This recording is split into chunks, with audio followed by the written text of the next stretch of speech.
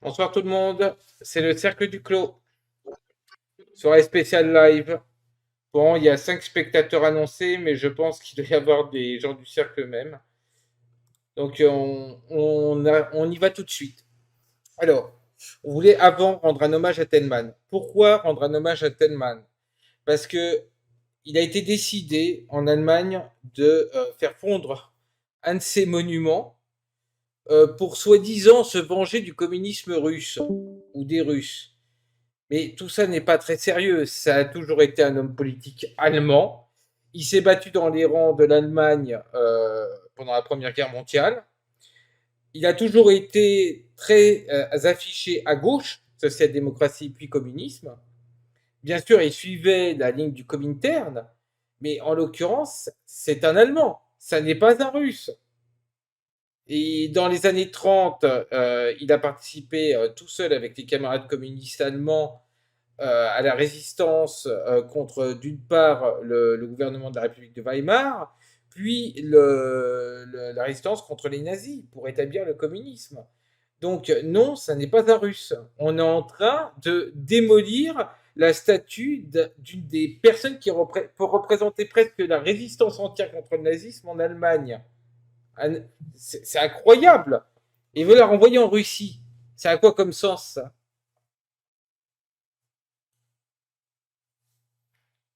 Mon père peut d'ailleurs vous en parler. Il est plus proche, parce qu'il y a François Veil hein, sous le nom de Lambda, hein, avec le portrait de Churchill, qui peut vous en parler. Hein. Il n'y a pas eu beaucoup de résistants allemands hein, dans les années 30-40. Hein. Ah, je crois qu'il a coupé son casque.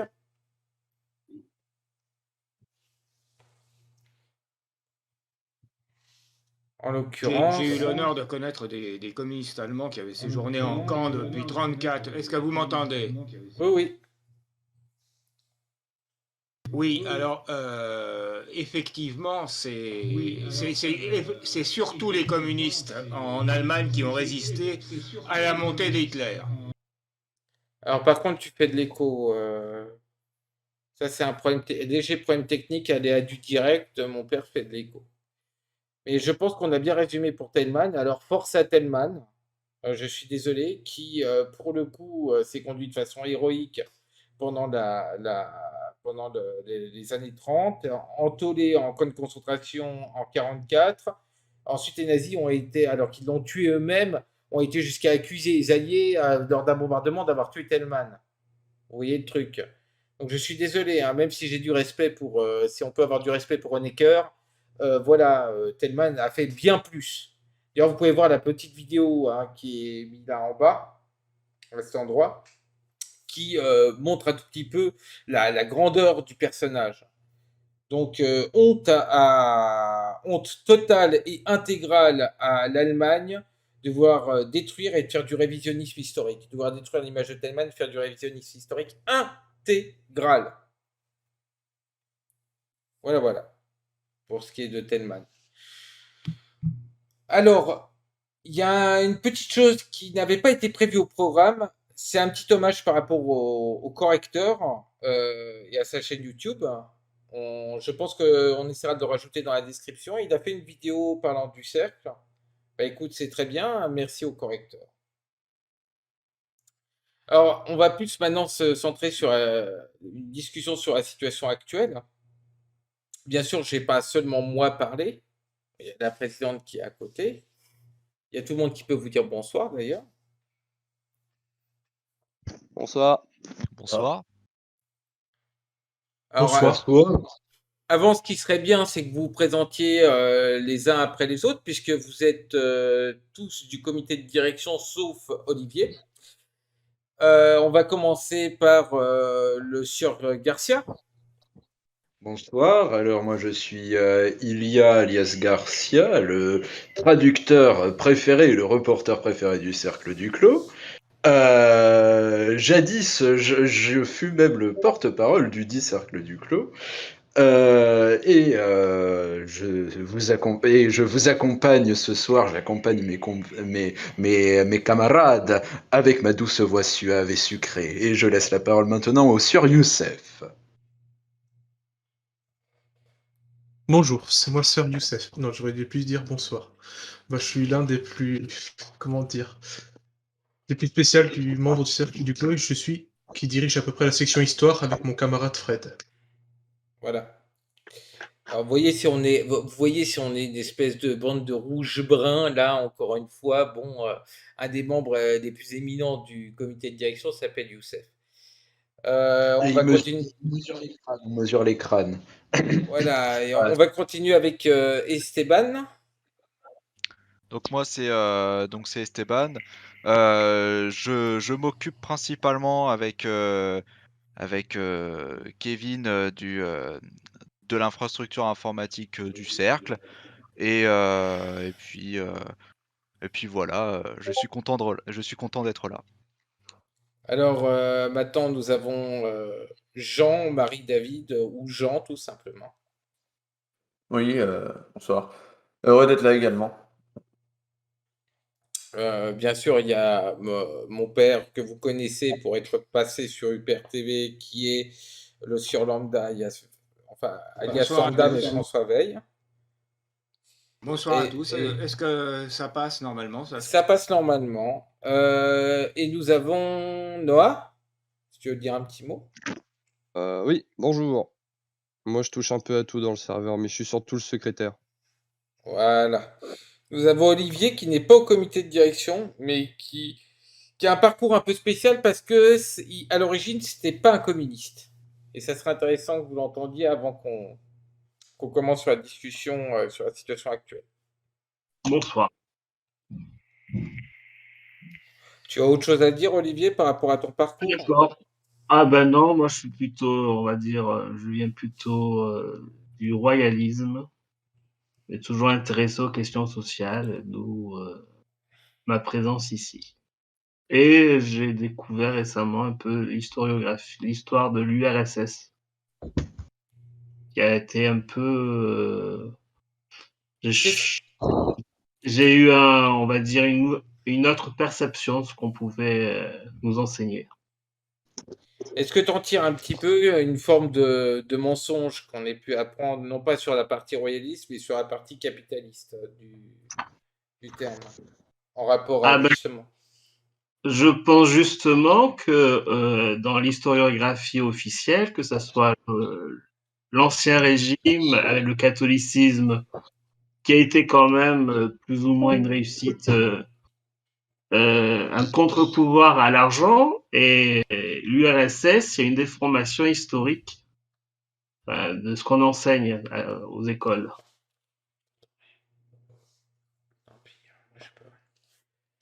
Il y a un problème? Oui, il y a un petit problème dans le sens où il y a une déconnexion. Alors, la présidente va aller vérifier sur son PC pourquoi ça a déconnecté de l'autre côté. Mais ça n'empêche que l'on continue. Tout à fait, je reviens tout de suite. Voilà. Si tu es revenu automatiquement, il y a dû y avoir une micro-déconnexion. Est-ce que tu entends Je vais dire ça. Ah oui, parce qu'on est obligé de faire un montage un peu bizarre entre les PC.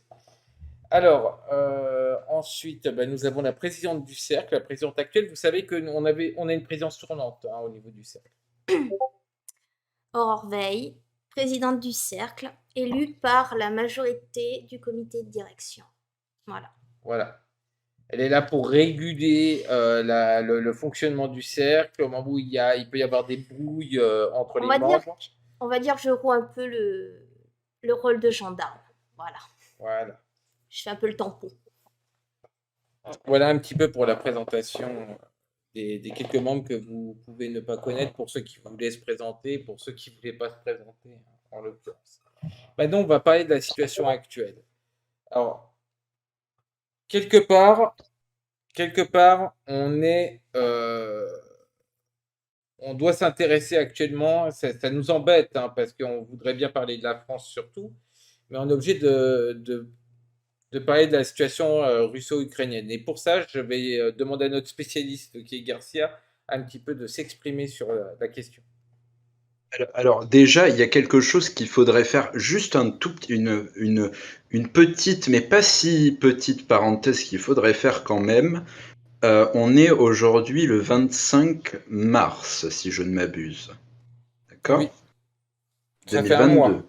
Ça fait un mois. Donc, oui, donc ça fait un mois que la guerre a commencé, mais le 24 mars, est-ce que vous vous rappelez tout ce qui s'est passé le 24 mars 1999? La Serbie. Exactement. Le 24 mars 1999, il y a l'OTAN qui s'est mis à bombarder la Yougoslavie pour punir le méchant Slobodan Milosevic, etc. Et donc je pense que ce serait quand même pas mal des bombardements illégaux, etc. Vous connaissez tous l'histoire. Donc je pense que ce serait pas mal qu'on fasse juste un micro-hommage aux personnes qui se sont faites quand même massacrer sous des prétextes bidons par l'OTAN. Hein. Même si je porte pas spécialement la Serbie et la Yougoslavie dans mon cœur, je pense que l'OTAN a quand même commis des choses pas tout à fait agréables, avec des fake news, des fausses histoires de viol comme crimes de guerre, etc. Passons sur l'histoire russo-ukrainienne. Alors, ça fait à peu près un mois que l'opération spéciale russe a débuté en Ukraine. Donc, ça a commencé, si je ne m'abuse, je vérifie en même temps parce que je suis pas sûr que j'ai mes notes à côté. Donc au début février. Donc on nous a raconté dans les médias traditionnels que les Russes, avec leur canif entre les dents, étaient là pour massacrer du bébé ukrainien, etc. Ce qui n'est pas tout à fait vrai, compte tenu du fait que, à la vérité, ce qui s'est réellement passé, c'est que ce qui était visé en priorité, c'était des systèmes anti-aériens, des facilités militaires, des caches de munitions, etc., etc. On nous a fait aussi croire que les Russes avaient bombardé ou tiré sur un hôpital. Ça c'est bien, ça fait sensation dans les médias. Ce qui n'avait pas été dit, en revanche, c'est que cet hôpital avait été vide depuis 3 semaines et qu'à l'intérieur, il y avait des mecs de chez, je ne sais plus si c'était bataillon Haïdar ou bataillon Azov, mais l'un des deux, dans tous les cas, c'est des nazis, c'est la même chose, qui s'étaient retranchés à l'intérieur. On a eu la même chose dans le cas où c'était des soldats de Azov, le bataillon Azov, etc. Tout le monde pense, généralement, quand on en parle, tout le monde pense que c'est du mercenariat, c'est pas le cas. Ils sont intégrés aux forces armées ukrainiennes, hein, ces gens-là. Qui se pavanent avec l'insigne d'As Reich. Ceux qui ont connu Oradour seront contents d'apprendre que la France et tous les vassaux des États-Unis et les membres de l'Union européenne soutiennent ce genre de personnes. On a eu ce cas dans une école qui était vide, où il y avait des soldats d'Azov qui s'étaient retranchés dedans. Les Russes ont attaqué justement la dite école en sachant qu'elle était vide d'enfants, mais par contre pleine de soldats d'Azov. Les forces armées russes... Je vais être obligé de couper Garcia. Alors, on va mettre les choses au clair sur un truc qui est hyper important, même sur plusieurs choses. Alors, d'une part, nous ne sommes pas pro-Poutine. Pour une raison très simple, c'est que Poutine n'est pas un communiste. Donc, on est pro-KPRF. Donc, on suit, grosso modo, du point de vue du reste, la ligne du Parti communiste de la Fédération de Russie. Or, le Parti communiste de la Fédération de Russie, qui est le parti d'opposition principal en Russie actuellement, c'est pas Navalny, c'est le KPRF. C'est comme Asselineau, hein. Eux, ils se font shadow ban. Donc, c'est le KPRF qui est le parti d'opposition réel en Russie. Il ne contredit pas la thèse selon laquelle il y a eu une nazification de l'Ukraine en 2014 sur le moment de l'Euromaïdan. Donc, sur ça, on suit la ligne. Par contre, le dernier discours de Poutine, et ça, faut bien l'appuyer, hein, parce que là, c'est une réalité. Si Poutine a quand même une volonté de défendre la Russie, du point de vue économique et social, pour la partie intérieure, il fait que des conneries pour nous. Hein. Et on expliquera pourquoi en cours de live. Je laisse continuer Garcia. Du coup, oui, ce qu'il faut dire d'ailleurs, c'est que pour beaucoup qui nous écouteront certainement, alors on aura certainement beaucoup de gens du milieu donc qui connaissent déjà les histoires du Donbass, etc. Mais au cas où il y aurait des néophytes, ce qu'il faut savoir, c'est que la guerre, elle n'a pas commencé il y a un mois. Non. Ça, c'est des conneries. La guerre, elle a commencé il y a 8 ans, même un petit peu plus, quand alors déjà, il y avait les histoires de l'Euromaïdan, avec les révolutions un peu bizarres, avec des snipers israéliens, etc. Enfin bref, ça c'est du complotisme. Et quand au niveau ukrainien, officiellement, on a commencé une politique de, comment dirais-je, de dérussification de l'Ukraine. En clair, moi j'ai tourné une vidéo qui sortira sur le cercle, malheureusement elle est en anglais donc on va devoir la sous-titrer, d'1 heure et demie justement sur tous les crimes ukrainiens qui se sont produits, qui ont été commis dans le Donbass, mais pas uniquement, et également avec preuves à l'appui et des sources, etc. Parce que je suis un agent du FSB, c'est connu, mais au moins je prouve ce que je dis. Donc ça a commencé en 2014 quand même il y a eu des pogroms, parce que c'est des pogroms anti-russes contre les populations russophones. Par exemple à Lviv, il y a un musicien de rue qui s'est fait battre à mort. Dans la vidéo, je montre la photo de sa tête. Je sais même pas si YouTube censurerait pas cette photo, tant c'est dégueulasse. Qui s'est fait battre à mort pour avoir chanté en russe. Si vous voulez avoir un peu l'image de à quoi ça ressemble, vous prenez The Walking Dead et vous regardez l'épisode où Negan il fracasse le crâne de 2 mecs avec sa batte de baseball. Où vous avez aussi eu dans le Donbass une pauvre dame qui c'était à Donetsk, enfin dans l'oblast de Donetsk, qui avait pour crime d'être là au mauvais endroit au mauvais moment. Elle était enceinte à peu près, à en voir la photo, entre 8 et 9 mois, peut-être un peu moins, mais elle était quasi à terme, qui s'est faite étrangler avec un câble électrique alors qu'elle était allée arroser des plantes. On a eu aussi des exactions des forces armées ukrainiennes. Hein. C'est pas de la milice, c'est pas du mercenariat, c'est l'État ukrainien qui fait ça. Hein. Une femme qui s'est faite violer par vu la zone dans laquelle ça s'est produit, c'est visiblement une zone plus contrôlée par où ça circule, où c'est plus du bataillon Azov qui circule. Une nana qui s'est faite violer, puis ensuite arrosée de fioul, puis cramée. Entre-temps, sur les 8 ans, il y a eu environ, même si c'est compliqué de faire des estimations complètes parce qu'on ne retrouve pas tous les corps, etc., on va dire qu'il y a eu entre 13, c'est une petite fourchette, entre 13 et 15 000 morts dans le Donbass du fait de l'armée ukrainienne. Et dans cette fourchette-là, il y en a par contre 150 qui sont confirmés comme étant des enfants. Et quand je parle d'enfants, je parle de nouveau-nés jusqu'à adolescents. Donc la guerre a pas commencé il y a un mois. La guerre, elle a commencé il y a 8 ans, quand il y a eu des lois de plus en plus répressives à l'encontre des russophones, c'est-à-dire qu'on les interdisait de parler russe.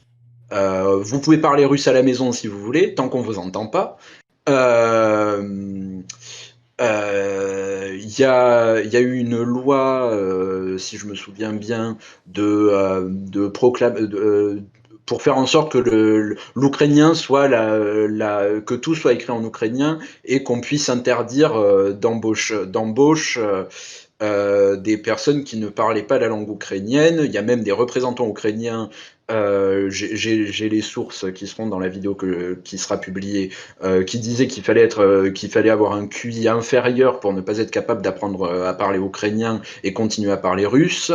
Il y a eu toutes sortes de déclarations comme ça. Et pour comprendre l'intervention de l'armée russe, il faut aussi comprendre plusieurs choses. Il y a pas très longtemps, il y a 3 Ukrainiens qui se sont introduits sur le territoire de la Fédération de Russie, qui ont été appréhendés par le FSB. donc les services secrets, entre guillemets, on appelle ça service secret, c'est pas tout à fait vrai, c'est plus compliqué que ça, mais bon, qui sont fait appréhender par le FSB, qui étaient là pour faire de l'espionnage et en partie potentiellement commettre des attentats terroristes sur le sol de la Fédération de Russie. Il y a un membre du, si j'ai pas envie de dire de bêtises, mais je crois que c'est le SVU, les services de renseignement ukrainiens, qui se sont fait arrêter par l'armée russe en Ukraine là récemment et qui ont avoué qu'il y avait des préparations d'attentats sur le sol de la Fédération de Russie. Il y avait eu précédemment, il y a eu des précédents d'ailleurs sur des histoires d'armes biologiques potentielles dans des laboratoires qui n'étaient pas très nets parce que il y a eu des interceptions de messages. On a vu qu'il y avait des scientifiques de l'Alliance Atlantique qui se déplaçaient un peu au niveau de la Géorgie, au niveau de l'Ukraine, etc. Et on y a retrouvé un certain nombre de documents qui sont en cours de traduction. Là, ils sont en russe, mais qui sont en cours de traduction en russe et en ukrainien. Ils sont en cours de traduction. Il y a quand même une question qui se pose. Il y a quand même une question qui se pose, et ça, on l'a retransmis. Hein. Il suffit que vous alliez voir le Twitter du Cercle. De toute façon, la sourcier. Il y a un reportage qui fait 25 minutes qui parlait effectivement de biolab assez dangereux avec une journaliste un peu insistante qui n'est pas, d'après ce que j'ai vu, d'origine russe et qui essaie de s'y intéresser. On n'a pas cessé de lui mettre des bâtons dans les roues. Elle a quand même sorti quelques petites choses. C'est un petit reportage de 25 minutes. C'est rien du tout à regarder. Mais ça devrait vous éclairer sur le fait qu'il se passe quand même des choses étranges. On se demande d'ailleurs pourquoi l'OTAN, quel est l'intérêt des gens du traité de l'Atlantique Nord, parce que on va pas dire que c'est du sentimentalisme envers les Ukrainiens. C'est une blague. En géopolitique, tout est dans l'intérêt des différentes parties. C'est pas par humanisme ou humanitaire, hein, c'est une blague. L'OTAN, au moment où elle a fait la guerre en Irak, elle n'a pas fait de l'humanisme et de l'humanitaire, hein, les Ricains. Hein. Faut arrêter le délire. Hein. La démocratie, on dit. Voilà, toc toc toc, c'est qui la démocratie? Oui, ça on s'en souvient. Par contre, il n'y a pas eu de sanctions contre les États-Unis à ce moment-là. On n'a pas fait de sanctions. Avec les fameuses armes de destruction massive. Hein. Les amis, si, il y a eu des sanctions contre la France. D'ailleurs, ceux qui hurlent Stand with Ukraine n'ont jamais fait ça pour l'Irak, l'Afghanistan et tous les autres pays envahis par les US. Attends, moi je crois quand même qu'il faut ajouter que là on est remonté dans le temps jusqu'aux années 90 en gros, mais avant les États-Unis depuis 1945, sur le monde entier et depuis très longtemps encore de plus, sont intervenus absolument sans aucun droit quelconque au respect du droit international pratiquement depuis qu'ils existent. Enfin, bon sang, l'annexion d'une bonne partie du territoire mexicain au nom de la destinée manifeste au XIXe siècle, ça remonte loin. Mais il y a aussi quelque chose qui devrait vous faire peur. Il y a un petit truc. C'est que, en fait, il y a des choses qui ont changé. Il y a des choses qui ont radicalement changé. Regardez, il y a quelques pays africains qui ont... Vous pouvez avoir les sources rapidement sur notre Twitter. Je vais pas m'amuser à switcher de scène en scène. On va pas faire les choses comme ça. Mais vous avez von der Leyen qui a dit on va punir les pays africains qui ont refusé de soutenir l'initiative par rapport aux sanctions par rapport à l'Ukraine. Mais c'est complètement fou parce que toute la politique en fait du bloc de l'Ouest dans son intégralité, si elle se met à taper sur l'Afrique, ça donne un très mauvais message. Et ça va complètement à l'encontre de tout ce qui a été fait comme humanisme bidon jusqu'à maintenant. Donc, de quoi ont-ils peur par rapport à l'Ukraine? Et c'est ça. Et c'est sur ça que la population des pays d'Europe de l'Ouest, dont la France fait partie, devrait se concentrer. C'est pourquoi Poutine s'est mis à agir comme ça de façon aussi abrupte, sachant que ça allait foutre la Russie dans la merde. Parce que du point de vue de l'opinion publique, ça pouvait foutre la Russie dans la merde. Et ça l'a foutu dans la merde, dans les faits. Pas au point que disent les journaux occidentaux, mais quand même, c'est prendre un très gros risque. s'il y avait eu un risque légèrement nucléaire ou pas un risque immédiat, je pense qu'il aurait été plus intelligent, et peut-être que c'est ce que Poutine aurait dû faire au final, ça aurait été de donner l'arme nucléaire aux Vénézuéliens et aux Cubains, y placer des missiles et dire ok, on largue les données nucléaires à Cuba et au Venezuela. Comme ça, vous allez voir si vous tolérez tant que ça d'avoir des puissances nucléaires proches de chez vous qui risquent de vous narguer. Hein. Surtout qu'ils étaient en état de sanction. De manière plus anecdotique, je dirais qu'il n'y a quand même pas de limite au culot de Mme von der Leyen. Quand, d'une part, on condamne, alors elle n'avait aucun droit de le faire, hein, c'est totalement arbitraire. On supprime les journaux, enfin les journaux Internet, on bloque ça sur toute l'Europe occidentale. Alors c'est normal, hein. Et puis le Mali décide de bloquer un certain nombre de donc France 24. Du même genre, France, etc. Alors là, c'est un scandale que l'Union européenne se met à dire que c'est un scandale. Il faut vraiment se foutre de la gueule du monde pour exposer un tel 2 poids 2 mesures. C'est ça le problème, c'est qu'on a l'impression que le capital mondialisé se met à stresser énormément pour une raison que l'on ignore encore une fois. Nous, personnellement, n'étions pas pour le fait que Poutine agisse de façon armée en Ukraine. Mais qu'est-ce qui l'a fait réagir aussi durement? Je ne pense pas que ce soit les populations du Donbass. Même si je sais que, bon, bah voilà, il cherchait, il y avait une recherche aussi du peuple russe à les défendre. Je ne pense pas qu'il aurait risqué la Russie pour la population du Donbass. Honnêtement. Mais alors, qu'est-ce qui a fait qu'il a réagi aussi durement? Ça, je pense qu'on en saura plus, mais peut-être dans les semaines ou dans les mois à venir. On verra. Mais peut-être même les années.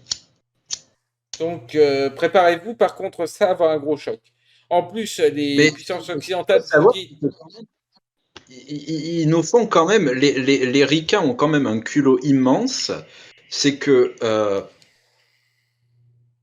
on trouve les Russes, on trouve des biolabs avec des documents un peu bizarres qui parlent de bactéries, de virus, de coronavirus par exemple, de fièvre hémorragique du Congo, etc. En tout cas, ça le laisse suggérer dans les documents que j'ai là à côté de moi de comment on pourrait les faire se disperser via des oiseaux migrateurs ou des canards, etc. Et le culot des ricains, j'ai vu un article passer en russe tout à l'heure. Les ricains ont monté une task force pour contrer une potentielle attaque biologique de la Russie. Alors, ils sont en train de dire, c'est-à-dire que les ricains sont en train de dire que les Russes ont une arme de destruction. Ça vous rappelle pas quelque chose, les Américains qui vous disent il y a une puissance en face qui possède l'arme de destruction massive, il faut intervenir? L'Irak, la Syrie aussi. Ils ont aussi essayé de le faire sur l'Iran, je crois, à un moment de l'histoire.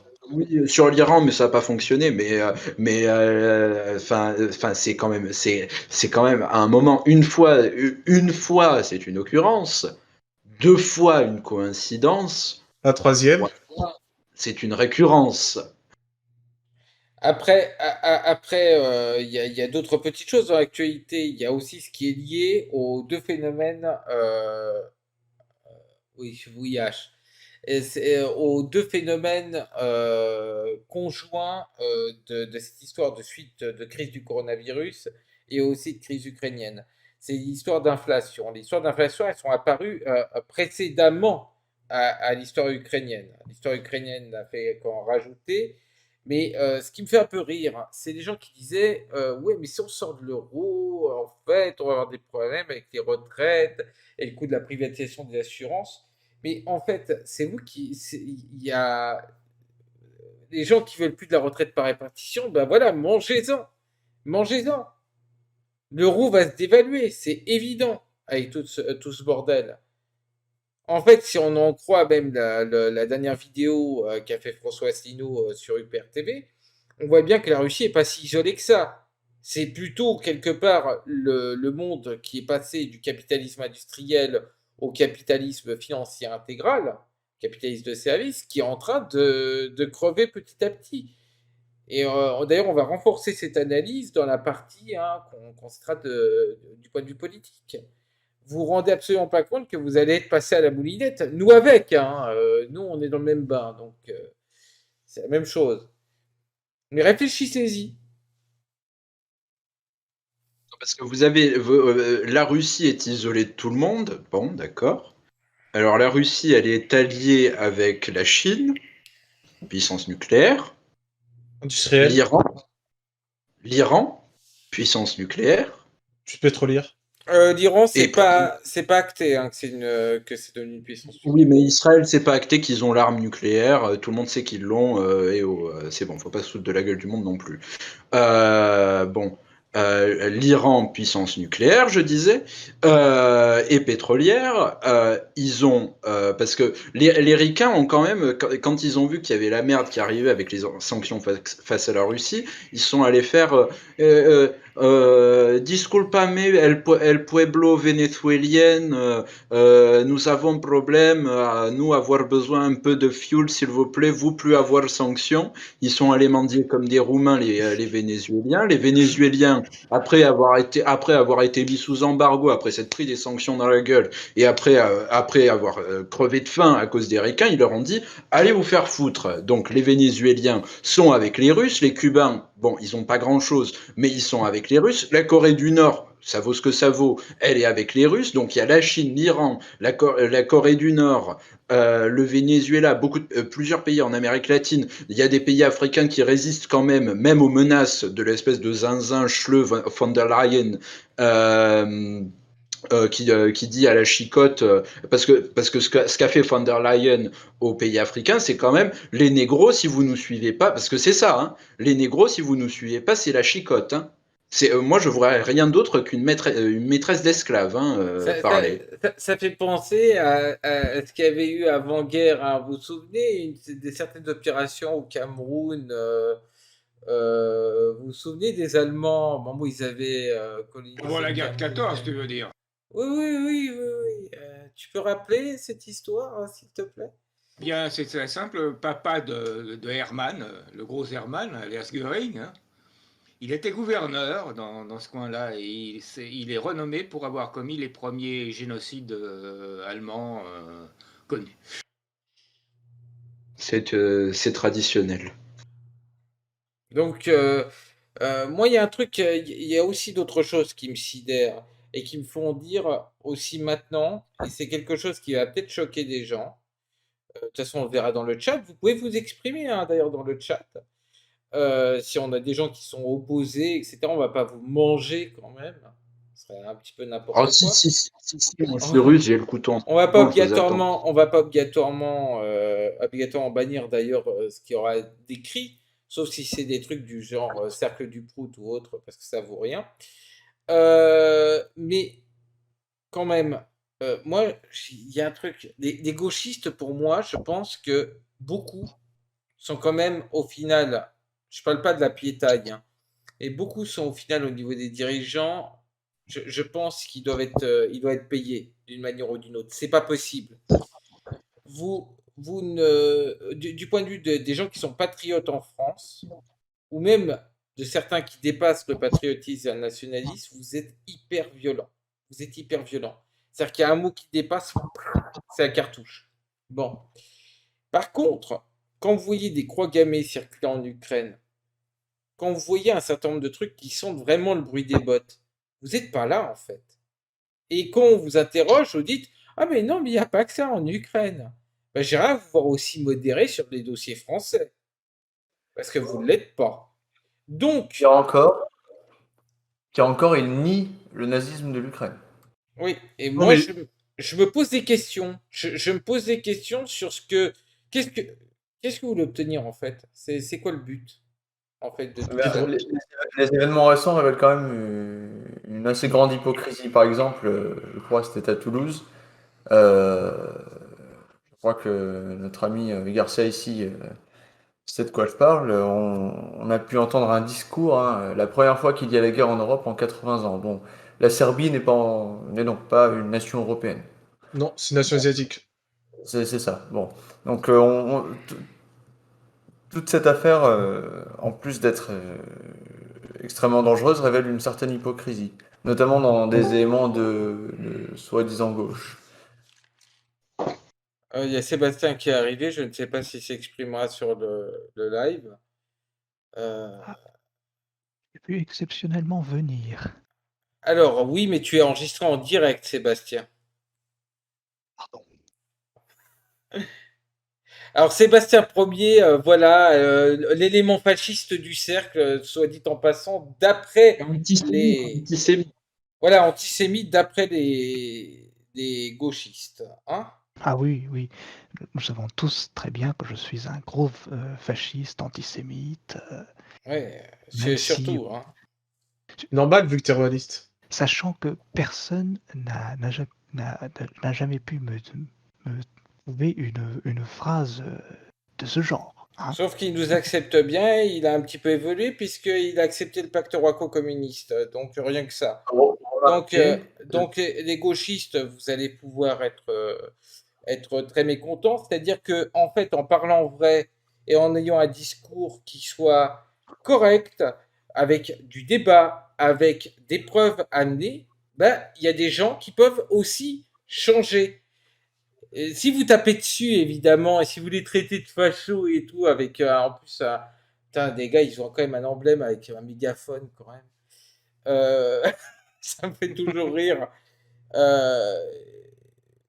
Tant que vous conduirez comme des crasseux, ben, vous convaincrez personne, en fait. Il n'y a personne qui va être convaincu par votre discours. D'ailleurs, c'est assez amusant, hein. Le cercle du clos serait fasciste, serait antisémite, sexiste, oui, avec bon, des gens qui s'appellent Veil au comité, bien sûr, et une femme présidente. Bon, Voilà, c'est pas sérieux. compliqué. Mais en l'occurrence, ce qu'on essaye, c'est de poser la contradiction, en l'occurrence par rapport à ce qui se passe du côté ukrainien. Il y a besoin de contradiction si on ne sait pas une vraie démocratie. Mais est-on vraiment encore aujourd'hui en démocratie, même en démocratie bourgeoise? On n'y est plus, on a déjà dépassé ce stade.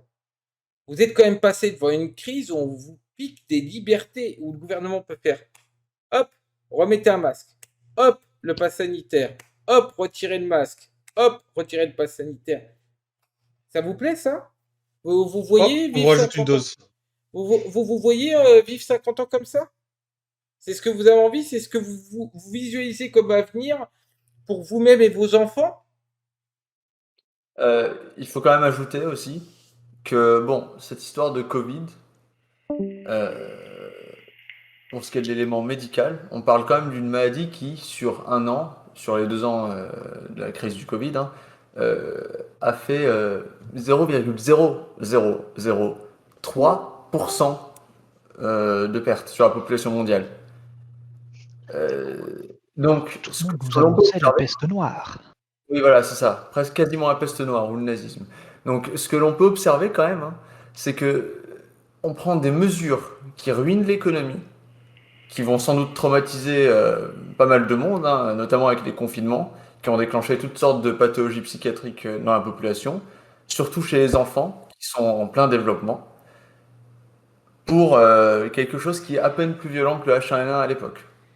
Bon. Moi, j'ajouterais ceci quand même. Moi, je constate qu'il y a encore un nombre considérable de personnes qui se baladent dehors ou dans les magasins, ou dans les endroits où le masque n'est absolument plus obligatoire. Ça montre à quel point les gens sont complètement rentrés dans cette panique totalement sans fondement. Quand il y avait vraiment besoin, quand les masques auraient pu être utiles, il n'y en avait pas. Il n'y en avait pas parce qu'on avait exporté totalement la production des masques.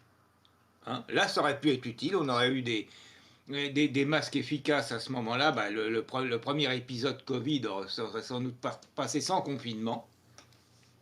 Là, ça pouvait être utile. Maintenant, le dernier variant qu'on a, il est beaucoup moins dangereux, presque moins dangereux qu'un rhume. Et les gens continuent, il y a un certain nombre de gens qui continuent. D'ailleurs, je dirais que sociologiquement parlant, bah, vous c'est des vieux, ou c'est des bonnes femmes bourgeoises. Maintenant, C'est ça, c'est-à-dire qu'avec Omicron, Omicron et les variantes qui suivent, on est sur la progression classique d'un virus, donc moins létal, plus contagieux. Exactement. Le Covid il est destiné à devenir probablement aussi fréquent qu'un rhume, mais aussi peu dangereux qu'un rhume. Maintenant se pose une question quand même qui est tout aussi cruciale pour l'avenir de ce pays. Ça vous va d'avoir, quelle que soit l'opinion politique du président, mais un président qui est aussi qui soit aussi peu distingué, qui fasse aussi peu sérieux. Je suis désolé, il a transformé l'Élysée à un moment en boîte de nuit. Et ça nous donne quel aspect à l'extérieur? Et à chaque fois qu'il s'agit de traiter les questions internationales, ah non, mais non, nous c'est l'Europe. Ah non, mais c'est plus la France. Mais on est la risée. On est la risée intégrale du monde. Et puis, il n'y a pas que ça. Notre président dit quelque chose et le Premier ministre va aller dire, mais alors, vraiment le contraire un jour ou deux après ce qu'a dit notre président. On est le cirque Pinder. Vous avez un président des États-Unis, on pourrait dire. Les Ukrainiens ont réellement élu un vrai clown. Mais nous, c'était pas un clown de profession, c'était un banquier à la base. Mais on a quand même un clown. Je m'en fiche que. Alors là, on va être très clair. Je m'en fiche que le live risque de se faire striker avec ce qu'on va dire. Mais en Ukraine, ils ont quand même un président qui est à la base un humoriste que j'ai rien contre. Mais la seule performance qu'il a fait au piano, c'est quand même, il l'a mimé, hein, C'est quand même joué avec sa bite. C'est quand même, il a quand même joué Habanera de Carmen en duo au piano, en playback évidemment, avec sa queue. Bon, d'accord. Bon, ça fait sérieux comme président. Les Ukrainiens, il a fait 74% parce qu'il a joué dans une série Netflix, le gars, quand même. Une autre chose également. On a le peuple du président actuel. On peut voir que quand Macron parle à l'international, I'm very optimistic, je suis très optimiste concernant cette crise en Ukraine. Et quand il nous parle à nous, le peuple français, je suis très pessimiste sur le même sujet. On peut voir quand même une espèce de volonté de nous terroriser pour le faire réélire. Il a un double discours parce que c'est dans les intérêts en fonction de tel ou tel moment. Surtout que même rien que quand il parle, ne serait-ce que pour le peuple français, il peut avoir deux discours totalement différents à quelques mois d'intervalle. Même parfois à quelques heures d'intervalle. Mais la problématique, maintenant, parlons du président des États-Unis, on a quoi? On a un mec qui confond le peuple ukrainien et le peuple iranien. On a un type dont son passé sexuel et la sexualité de son fils sont, on va dire, il y a des trucs un peu scabreux, hein. Ça peut être complètement complotiste. C'est un sacré dossier. Voilà, les images sont peut-être toutes fausses, mais pour résumer, criminel. Mais ça fait beaucoup de choses bizarres et ça fait beaucoup de soi-disant fake news. Ne parlez pas. Arrêtez de dire que Joe Biden aime renifler des petites filles et que son fils aime faire en sorte que des gamines de 6-7 ans s'habillent en lingerie sexy alors qu'on a des preuves photos. C'est faux. Vous êtes des complotistes, vous êtes des fachos, vous êtes des agents. Interdit. Notez également une chose. Oui. Notez tout de même que c'est amusant quand une chose est dénoncée, preuve à l'appui, la plupart du temps, c'est du complot. Quelques années plus tard, on l'admet, mais c'est passé sous le tapis. Il y a des patterns, il y a des schémas qui se répètent quand même. Je pense pas. De ce que j'ai vu dans le milieu universitaire, c'est avant Paris. De ce que j'ai vu dans le milieu universitaire, c'est qu'ils disent non, c'est du complotisme. Même après, et tu vois ce qui se passe, c'est toujours du complotisme. Il y a quand même quelque chose de très curieux. J'anticipe peut-être sur une partie du débat qu'on n'a pas encore abordé. Mais quand vous regardez le discours des woke, il n'y a rien de prouvé, rien, Scientifiquement, ça tient, ça n'est pas prouvé. En pure logique, ça ne tient pas debout. Et c'est admis, hein, ça, c'est pas du complotisme. Et vous sortez les preuves, parce que les complots, dans l'histoire, il y en a eu quelques-uns. Je rappelle quand même qu'il y a le Gunpowder Plot de Guy Fawkes en Angleterre qui visait à faire sauter le Parlement à l'époque de Cromwell. Et c'est fêté encore aujourd'hui, c'est une fête, l'échec de ce complot en Angleterre. Bon, donc les complots, ça a toujours existé. Brutus et César. Je rappelle quand même une chose qui est claire, il n'y a pas de preuve absolue d'un complot avant qu'on en ait effectivement mis les preuves sur la table. Cependant, on peut très facilement faire le tri entre ce qui est possible et ce qui ne l'est pas. Un complot, ça ne peut exister que s'il y a des intérêts derrière. Maintenant, on va aborder un petit truc du point de vue historique, et si par hasard, en fait, la Russie n'a pas agi dans le droit international, mais avait des raisons d'agir, des raisons concrètes.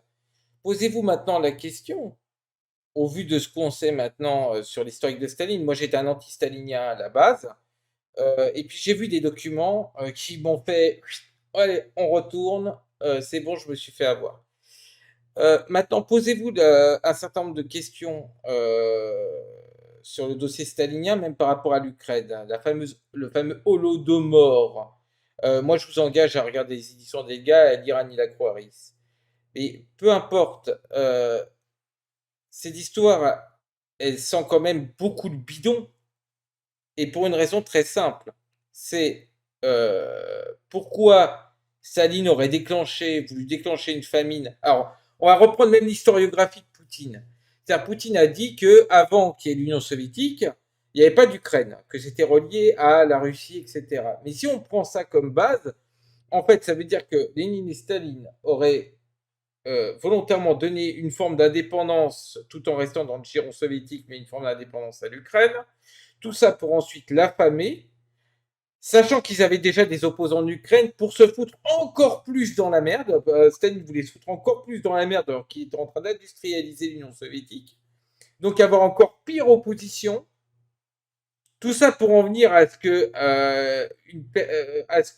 Khrouchtchev, même s'il était anti-stalinien, accède au titre suprême par la suite, alors que lui-même était ukrainien et qu'il n'aurait pas dénoncé la famine ukrainienne. Vous voyez un petit peu le délire? On est vraiment dans un délire grave.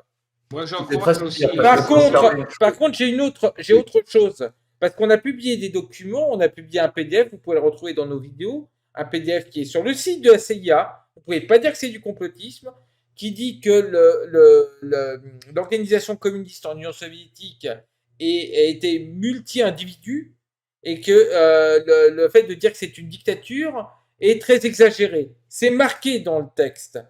Donc, qu'est-ce qu'on nous cache encore sur cette période? Bon, pour revenir sur le Holodomor. Attends, s'il te plaît. Dernière petite chose, après je vous passe la parole.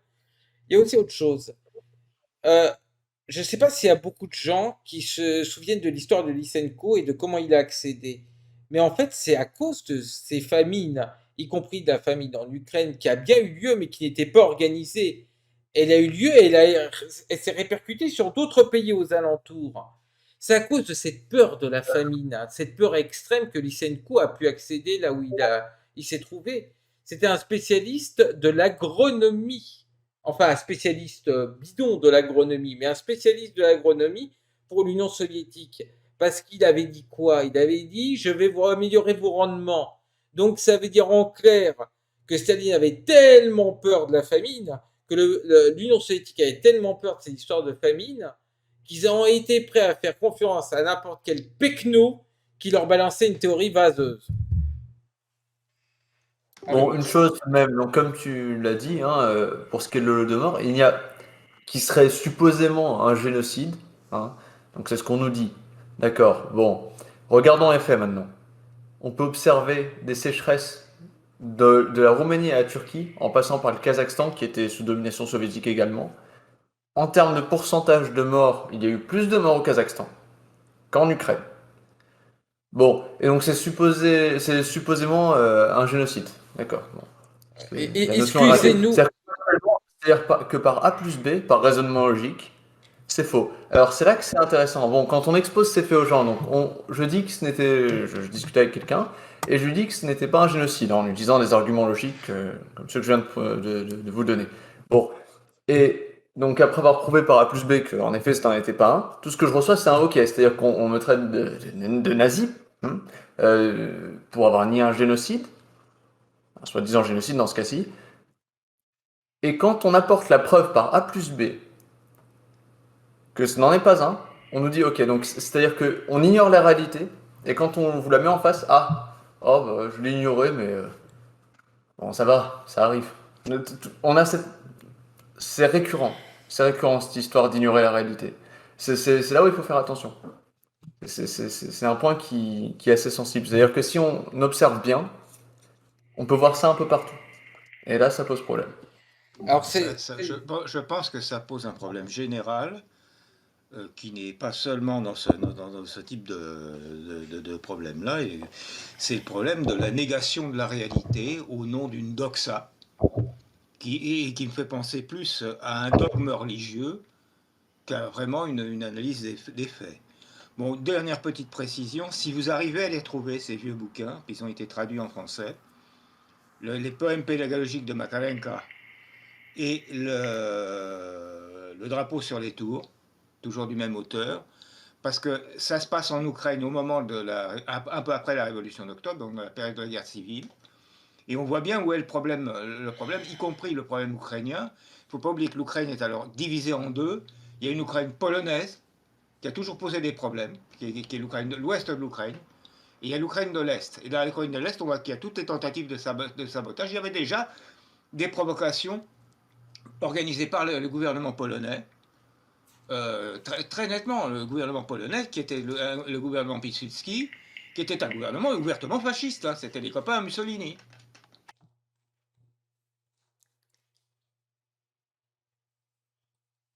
Alors maintenant, on va peut-être s'intéresser parce qu'on dit il y a des tas de problèmes actuellement, mais on pourrait nous dire vous faites que gueuler et puis vous apportez rien. Mais si on a des solutions.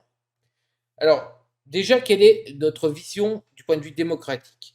Bien sûr, une démocratie socialiste. Une démocratie socialiste, elle implique quoi? Elle implique déjà le référendum d'initiative citoyenne. C'est vrai que c'est une demande qui est récurrente et qui est réelle, et il faut y répondre et y répondre positivement. Mais il n'y a pas que ça. Vous ne pourrez pas vous satisfaire d'une démocratie directe intégrale. Hein. Donc, il va vous falloir des représentants. Mais dans représentants, il y a représentés. Donc, il faut qu'ils représentent le peuple qui les élit. Donc, qui obéissent à ce qu'ils promettent. Si pas de programme, quand quelqu'un se présente et qui n'a pas de programme, normalement, il ne devrait pas être même éligible. On ne doit pas élire quelqu'un parce qu'il est beau. On s'en fiche de ça. L'important, est-ce qu'il est efficace pour la France? Est-ce qu'il se charge d'aider le peuple français? C'est ça qui est intéressant. Et comment il veut faire? Ça aussi, c'est la question ultime. Donc nous, ce qu'on propose, c'est le mandat impératif. Le mandat impératif révocatoire, c'est la personne tient un certain programme. S'il ne le fait pas, il est révocable. Donc vous avez toujours la main sur vos élus. Vous élisez quelqu'un, s'il doit être dégagé, il dégage. Autre chose concernant maintenant la politique de l'armement. Désarmer le peuple, s'entend quelqu'un qui est sain d'esprit, qui n'a pas de problème, sur lequel il a reçu un entraînement de type service militaire, hein, parce qu'on veut le rétablir, et ben cette personne, elle doit garder son arme. Pourquoi? Pour pouvoir résister face à la tyrannie. La résistance à la tyrannie. C'est-à-dire que si vous voulez être vraiment en démocratie, il faut que ce soit le gouvernement qui traîne le peuple, et pas le contraire. Ça, c'est la partie démocratie. Maintenant, la partie économie. Nous, on a imaginé quelque chose. Alors, bien sûr, le problème de l'UPR, on pourrait dire, il est partiellement satisfaisant, mais il n'y a pas vraiment l'essentiel pour protéger la France une fois qu'on sera sorti de l'Union européenne, de l'euro et de l'OTAN. Il manque quelque chose. il faut que toutes les grandes entreprises soient soit confisquées si elles ont fait des malversations, soit nationalisées. Le socialisme, c'est pas le bordel. Donc, on va suivre Marx, c'est la mise en commun des grands moyens de production et d'échange. Comment on procède? Eh ben, c'est simple, nationalisation ou confiscation suivant les entreprises, suivant ce qu'elles ont fait, et fin de la bourse. Fin de la bourse. C'est fini. Plus de place pour cette partie de marché capitaliste. Par contre, on met un système économique à double franc.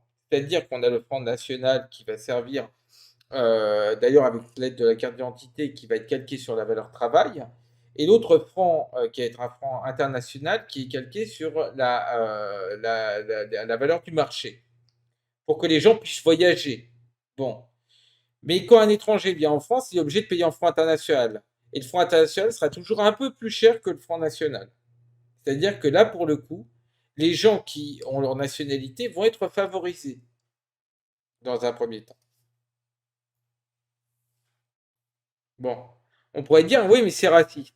Oui, mais s'il y a d'autres pays qui veulent suivre notre exemple, on peut faire des accords justement qui permettent de passer en mode socialiste avec ces autres pays. Mais ça nous laisse une compatibilité avec le système capitaliste. Alors vous allez dire, oui, mais attends, il risque de couler notre monnaie de l'autre côté. La France, c'est pas la Russie. Les gens seront pas obligatoirement, les populations des différents pays seront pas obligatoirement pour couler la France, justement, et faire souffrir le peuple français. On a quand même beaucoup participé à l'histoire du monde. Faut pas se penser faible. On est faible quand on s'intègre à une entité internationale qui nuit aux intérêts de la France. On n'est pas faible quand on cherche à prendre son destin en main et à prendre nos propres décisions. Donc déjà, ça c'est la première des choses. Maintenant, vous allez dire, oui, mais passer au socialisme, ce serait plus d'impôts. Non. En fait, on garde les PMI, PME privés. Et qu'est-ce qui se passe à ce moment-là? Les grandes entreprises, elles engrangent un certain bénéfice social. Et ce bénéfice socialement utile, il va servir pour vos impôts. Parce que si l'État peut s'autofinancer justement avec ces très grandes entreprises, vous allez payer de moins en moins d'impôts. Et pour les PMI-PME, qui sont les crétins de l'histoire, les patrons de PMI-PME, vous êtes les cons de l'histoire, quand vous ne voulez pas passer à un véritable socialisme, c'est que vous payerez de moins en moins de charges, en fait, dans l'histoire. C'est-à-dire que peut-être qu'on passera à 30 heures par semaine, mais en même temps, si vous payez plus autant de charges, que vous payez des quarts de charge, des demi-charges ou des quarts de charge, ou au final zéro charge, si l'État peut s'autofinancer, c'est tout bénef pour vous. Vous savez combien de temps que le grand patronat se fout de votre gueule, en fait? Vous servez de caution morale du travail chez des gens qui ne travaillent eux-mêmes pas. Vous bossez dans votre entreprise. Mais eux, non. Vous croyez que le patron d'Apple, il bosse? Vous croyez qu'Elon Musk a le temps de défier Poutine en lui disant il va faire un octogone? Vous croyez qu'il est sérieux? Oui, il bosse sur Candy Crush Saga. Et c'est à peu près ça. Et c'est ça le problème. Donc nous, on a des solutions justement pour ça. L'État s'autofinance grâce à ces grandes entreprises, ces grands moyens de production, renforce la France à toute échelle, et on peut arriver petit à petit au 0% d'imposition grâce à ça. C'est pas une fatalité de s'appauvrir. Pour les 30 glorieuses, ça a très bien marché. Même un système qui était beaucoup moins justement étatique. Il était juste beaucoup plus. Et bizarrement, le peuple français vivait mieux. Bon, allez savoir pourquoi. Vous allez me dire, ouais, mais on a essayé en Russie, ça n'a pas marché. Oui, mais la Russie, au moment où elle est passée au socialisme, elle n'était pas prête à passer au socialisme. Même chose pour la Chine. D'ailleurs, ce qui est bizarre, c'est que les grands exemples du socialisme, qui ont reçu bien un échec partiel, sachant quand même que l'Union soviétique n'a pas bénéficié du plan Marshall, s'est tapé plusieurs guerres, etc. s'est tapé une foule de sanctions et d'opposition. Ils ont quand même réussi quand même à se maintenir. La France est d'une toute autre, alors là je suis désolé, une toute autre grandeur civilisationnelle en rapport à l'Europe de l'Ouest que n'avait pas la Russie et que n'a pas même encore la Russie. Donc je pense qu'en France, on est capable de faire largement mieux. Il y a déjà une différence entre ces deux nations, le développement du territoire. Parce que si on compare la France, comparé à la Révolution du XVIIIe siècle et comparé à la Russie lors de la Révolution d'Octobre, La France était mieux développée que la Russie. Oui, Bon, c'est-à-dire qu'il y a eu une industrialisation bien supérieure en France. Bon, Oui. une chose quand même. Ce qu'il s'est passé finalement, c'est que la Russie, qui était un pays avec une industrie à peine existante, donc le capitalisme n'a pas eu le temps de tout centraliser par la loi d'accumulation des capitaux. La transition ne s'est pas faite de manière naturelle. C'est-à-dire que bon, ça a été un peu forcé avec notamment le système économique sous Lénine qui était censé créer un capitalisme artificiel pour préparer la Russie au socialisme. Bon, contrôlé. Bon, des pays comme la France, où les grandes entreprises ont déjà centralisé 80%, même plus, je sors ces statistiques du vide, des capitaux, tout le monde en bénéficierait. Bon, à part les 1%, évidemment. il n'y a que Donc, 1% on a en fait. une différence matérielle entre les pays. En fait, c'est tout simplement ça. Bon, donc on se rend compte quand même que, bien sûr, ça ne se passera pas comme en Union soviétique, puisque ce n'est pas le même pays, ce ne sont pas les mêmes gens, il n'y a pas les mêmes ressources industrielles et pas le même contexte. La même Bon. date. Et à noter tout de même que même l'exemple soviétique qui s'est créé dans un contexte assez particulier, on peut tout de même observer un développement de l'industrie lourde en une vingtaine d'années, équivalent à celui fait dans un autre pays en 400 ans. Une alphabétisation de la population, vaccination de masse, parce qu'on n'est pas anti-vax, hein, les vaccins qui sont raisonnables sont importants, hein, notamment contre des maladies comme la variole, etc. Bon, on voit quand même une nette amélioration du niveau de vie des peuples de l'Union soviétique. Bon. Une excellente croissance technologique. Un socialisme qui arrive, il arrive un peu en retard d'ailleurs maintenant. Le capitalisme est dans un stade de décomposition complète. Le système ne tient plus la route. Ça devient de plus en plus absurde. Il arrive un peu tard. Et donc, le pays est plus que prêt pour cette transition. Ça ne peut faire que du bien. Alors, nous, on aurait rajouté une petite critique, même du point de vue économique. Il y a des gens qui devraient quand même lire un peu Marion Sigaud. Hein. Moi, je le sais, elle est éditée par Contre-Culture, mais bon, elle s'est fait éjecter par Soral, maintenant elle se fait traiter de tous les noms. Mais elle est quand même très intéressante, y compris dans ses cahiers d'histoire, concernant un livre tout particulièrement, qui est une forme de petit cours d'histoire, de petit fascicule, qui est de la centralisation monarchique. Preuve d'ailleurs que le système de vision décentralisée royale, en fait, n'existait plus déjà au XVIIIe siècle, donc de la centralisation monarchique à la République bourgeoise. Parce que quand on parle de privilèges, il y a aussi les privilèges du peuple qui ont disparu avec, y compris de se réunir en tant que syndicat, hein, les lois Le Pelletier. Tout ça, je vous laisse explorer. Lisez le plus possible sur le XVIIIe siècle avec Marion Sigaud. Et vous allez vous apercevoir que cette fameuse théorie de la main invisible du marché, hein, eh ben, elle avait bon dos. Ils ont réussi à créer une famine artificielle alors que les greniers étaient pleins. Parce qu'on avait dit au bon roi Louis XVI, libéralisez donc, votre majesté, le prix du grain. Et ça donnait quoi? Parce qu'à l'époque, le prix était taxé. Ce prix taxé, alors ça ne veut pas dire que vous payez des taxes dessus. Non, ça veut dire que tout simplement, c'est le juste prix par rapport à la quantité de grain. Qu'est-ce qui s'est passé? Provocation d'une famine, vidage des greniers nationaux, donc il n'y avait plus rien à bouffer, et le prix du pain qui n'a pas cessé de monter. Et on disait à chaque fois, mais votre majesté, le prix s'auto-stabilisera, etc. Il ne s'est jamais auto-stabilisé. La théorie de la main du marché, ils l'ont fait au XVIIIe siècle, ils vous la repondent en fait aujourd'hui. Et après, c'est nous les marxistes retardés qui avons des théories qui datent du début du XXe siècle, eux, ils ont des théories qui datent du XVIIIe. Retour au réel. Cette histoire de main invisible est absolument absurde. Quand on y réfléchit 30 secondes. Il y a une blague très marrante que j'ai entendue l'autre jour, je pense que c'est quelqu'un ici d'ailleurs qui l'a sorti, c'est comment sauvez-vous un bourgeois ou un capitaliste qui est en train de se noyer? Vous lui dites de faire appel à la main du marché. Oui, c'était assez amusant d'ailleurs comme vision, hein, à ce moment-là. On est allé un peu vite peut-être au niveau de ce que tu proposais au nom Mhm. du cercle sur les questions de liberté. Moi, j'aimerais revenir sur une chose là-dessus très vite. Alors, Noah nous quitte pour ce soir, il va se coucher. Donc, on va Bonne nuit, continuer Noah. sans Bonne nuit, ami. Noah. Bonne soirée, bonne nuit. Donc, d'abord, une chose. Tout un chacun qui a un petit peu de bouteille, je ne parle pas des gens qui sont très très jeunes, peut constater que les libertés individuelles en France, elles ont plongé depuis des années, elles plongent de plus en plus rapidement avec, moi, ce que j'hésite pas à qualifier de dictature macronienne aujourd'hui. A contrario, bien entendu, et ça c'est dans la logique du capital, on a donné de plus en plus de liberté, entre guillemets, c'est-à-dire de droit de faire n'importe quoi aux entreprises, aux grosses entreprises du capital. Alors ça, c'est déjà quelque chose que nous, je pense que sous un socialisme à la française, il va falloir inverser la tendance et très vite. Il va falloir cesser d'emmerder le monde sur les routes.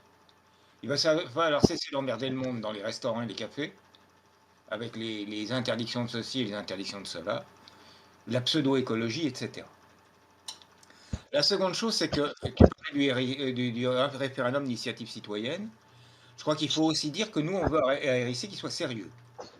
Alors, nos amis de l'UPR proposent qu'il y ait des périodes simplement pour le RIC, mais moi, je dis une chose. Il y a deux choses très importantes pour le RIC qu'il faut qu'il existe. Si on veut qu'il soit efficace et qui permette à la population à la fois de s'exprimer, mais sans tomber dans le ridicule. C'est suffisamment de signatures pour le lancer. On va trouver un pourcentage de l'électorat, autrement le RIC ne pourra pas avoir lieu. Et puis, comme toutes les autres élections, et là j'insiste très sérieusement, il faudra que pour valider une élection, il y ait un quorum.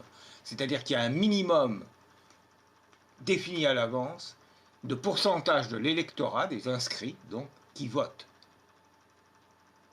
Sinon, c'est de la blague. Ça voudrait dire que les gens se désintéressent parce que, par exemple, l'offre de politique ne leur convient pas. Ils ne votent pas et c'est une minorité. Ben, c'est Macron élu avec 18,4% des inscrits, par exemple. Alors, autre petite chose qu'il faudrait maintenant aborder, on abordera la question du hashtag Ahmed Laser dans un troisième temps. Je sais, là c'est bordélique, on a abordé tout de suite le programme, mais c'est vraiment pas très grave. On voulait en rajouter une petite couche, y compris sur la question de l'avenir énergétique, c'est-à-dire l'écologie, ce qu'on appelle écologie.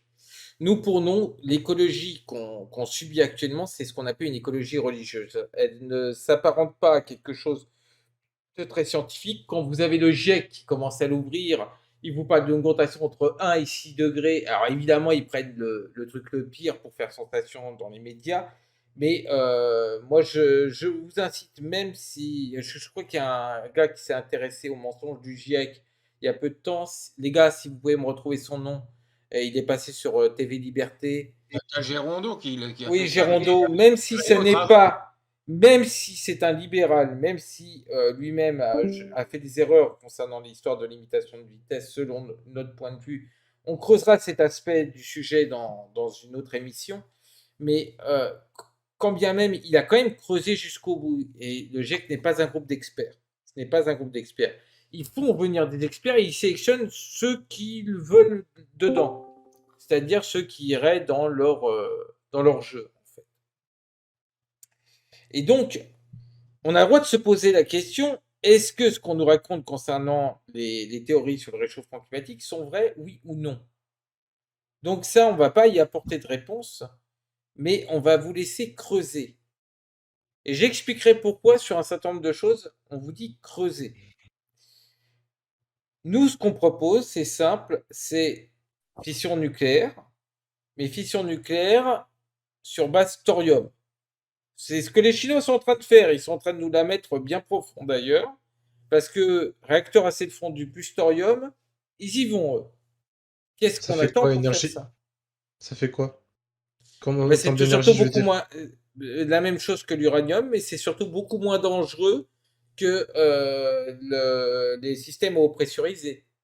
Parce que s'il y a des pannes au niveau des pompes et si le réacteur se met à surchauffer, bah, vous avez Tchernobyl, évidemment, ou vous avez Fukushima.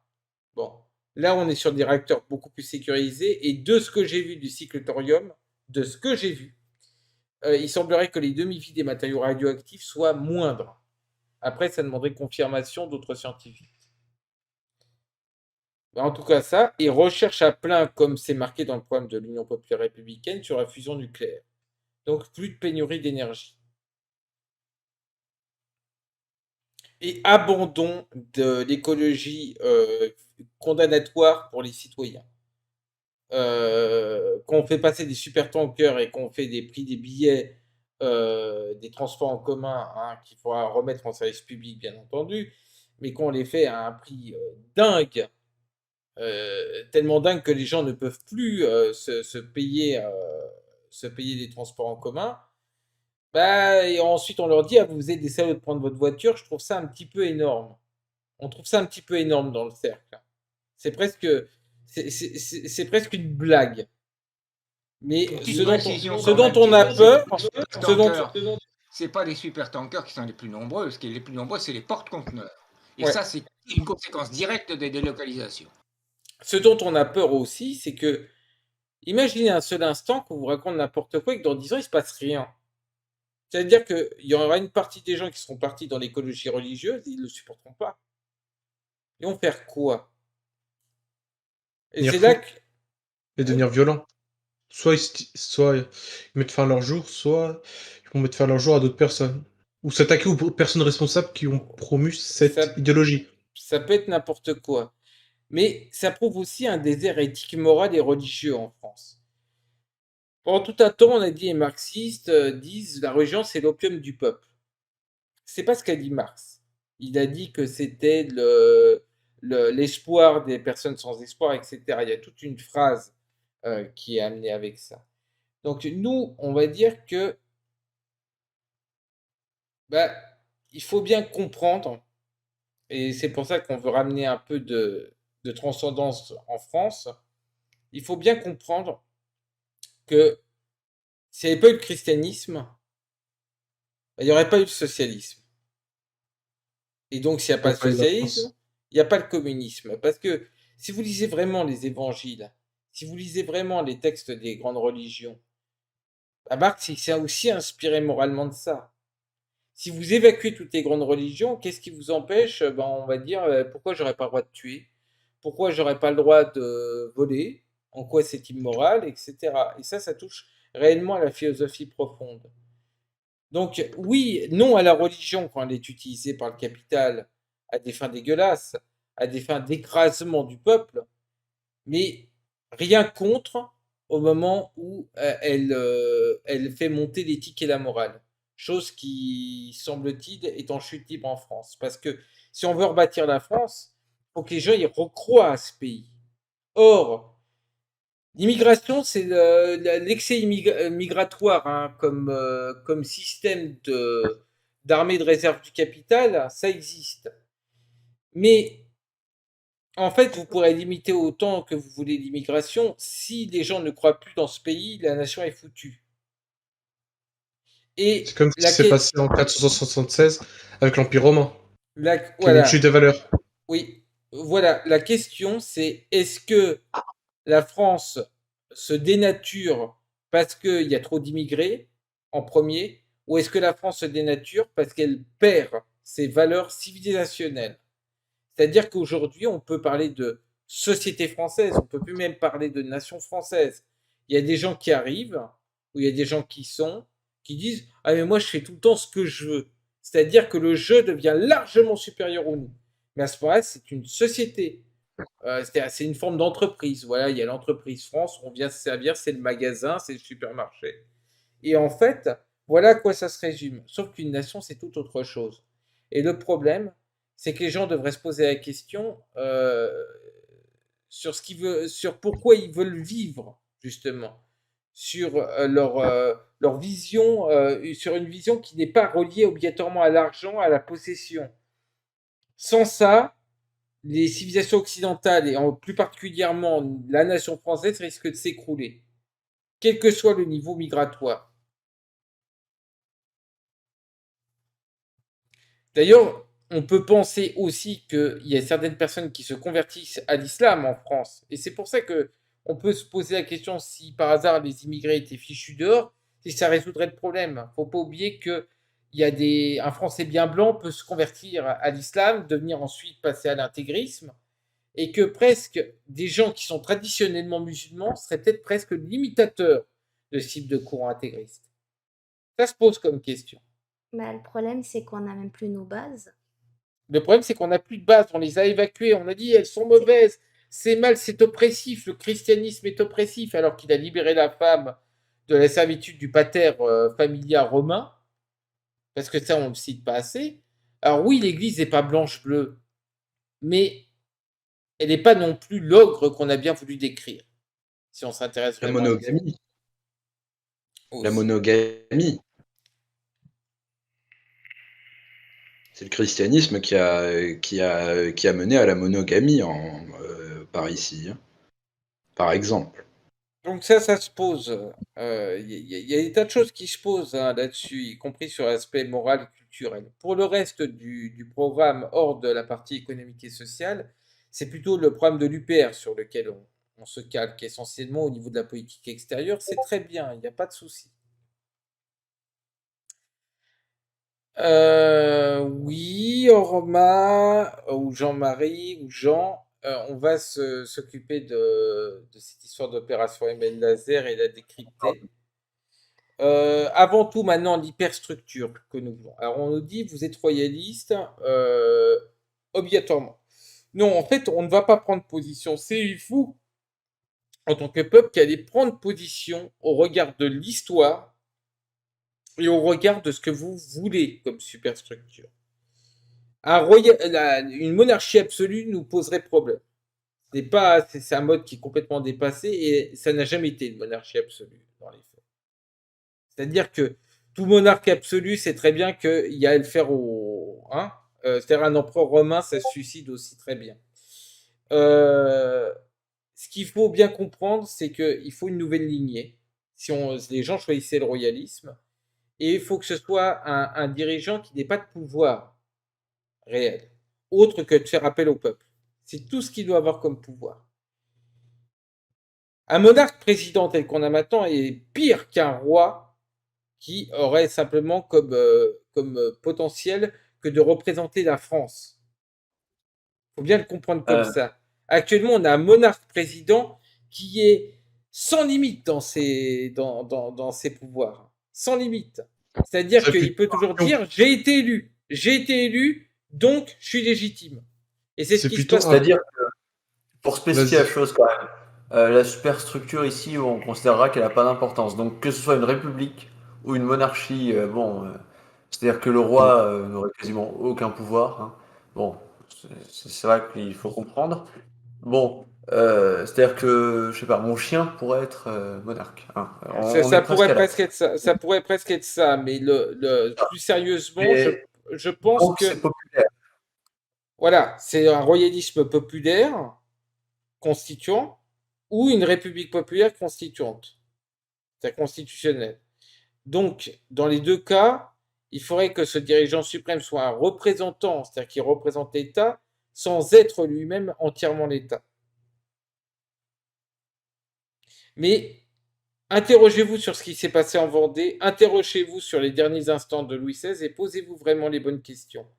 Louis XVI, on l'a dépeint comme un espèce d'ogre, un animal. Bon, Marie-Antoinette, aucune pitié. Mais par contre, Louis XVI, il devait même pas régner. Il devait même pas régner. Il devait pas régner. Il méritait même pas l'échafaud, pour vous dire.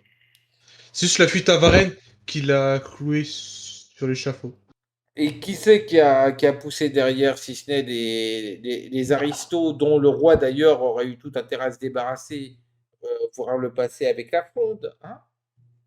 Parce que Louis XIV, je crois qu'il a été traumatisé par la fronde, Louis XIV. Les rois de France n'étaient plus calqués depuis Louis XIV totalement sur ce qu'on appelle la haute aristocratie.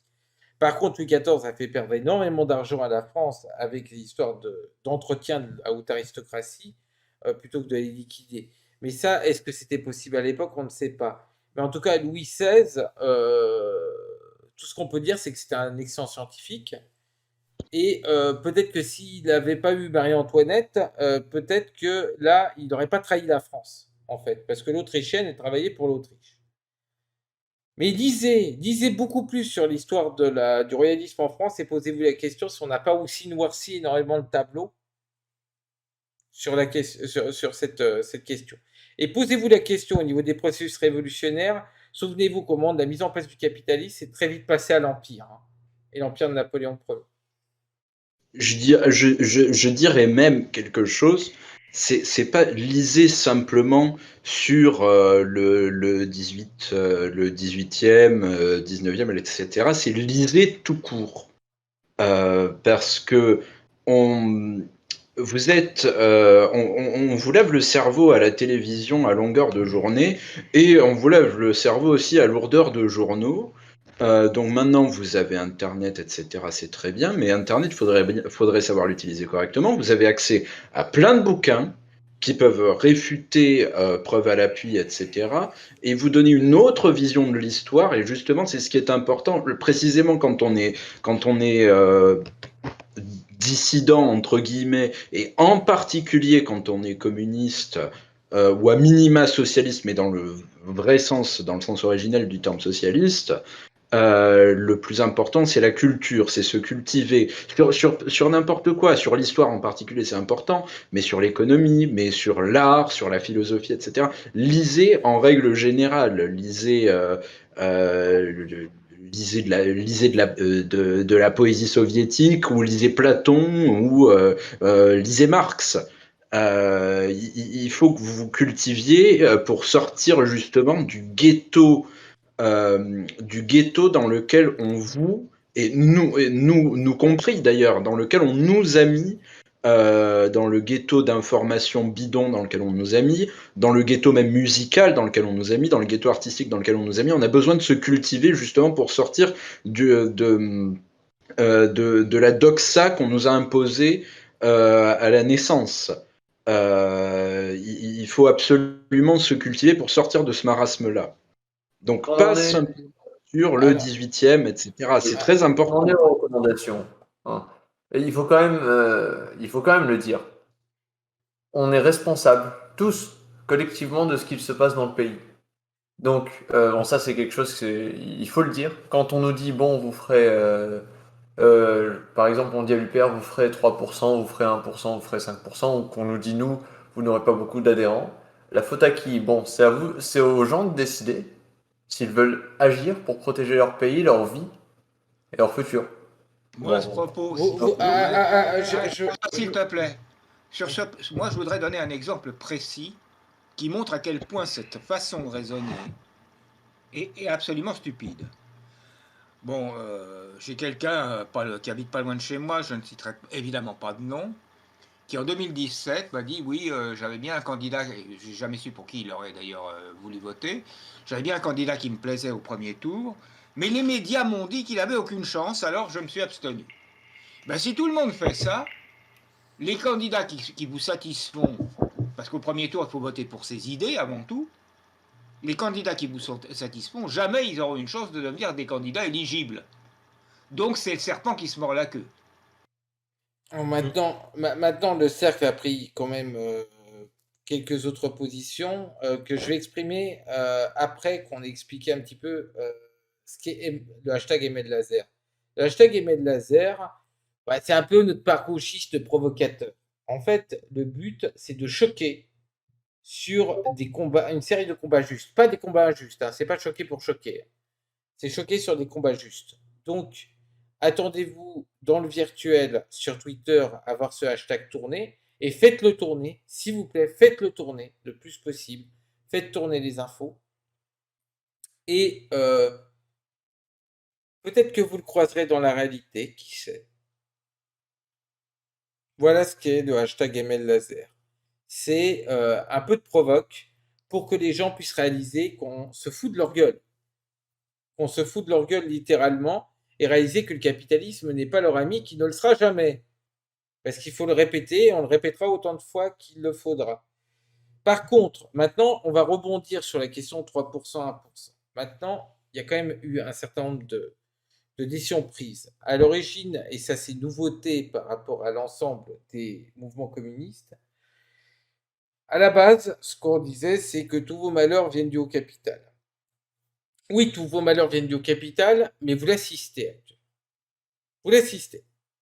Quand il y a quelqu'un qui n'a pas intérêt avec les 1% et qui dit haha, vous allez encore faire, comme disait 0,5% ou pas avoir beaucoup de membres, c'est vous qui vous tirez une balle dans le pied. C'est vous. C'est vous qui souffrez ensuite. Est-ce que vous pensez que quand l'UPR fait 1% ou quand il ne peut pas se présenter aux élections, est-ce que vous pensez que vous allez, en tant que schmicard ou peut-être personne vivant avec 1500 ou 1800 euros ou les minima sociaux, est-ce que vous allez vous en sortir? Et Asselineau, il peut s'en sortir, hein, et au pire, il part à la retraite, hein, ça va. Ça va pour lui. Bon, ça a changé quoi dans sa vie, en fait? Il a refusé une carrière où il aurait pu avoir mieux. Au pire, ça lui foutra les boules, mais en attendant, c'est bon, il va survivre, hein. Par contre, vous, ça va être plus compliqué. Surtout que le coût de la vie augmente, hein. Ça va être de plus en plus dur, hein, d'y arriver. Donc maintenant, Macron, il voulait faire face à une crise alimentaire à cause de la guerre en Ukraine. Dans 18 mois, Oui, sachant qu'on est entouré d'eau, il y a du poisson, dans les forêts, il y a de la bidoche. Hein. Faut arrêter le délire. Autrefois, l'agriculture française permettait de nourrir la population. Voilà. Donc, maintenant, c'est l'inverse.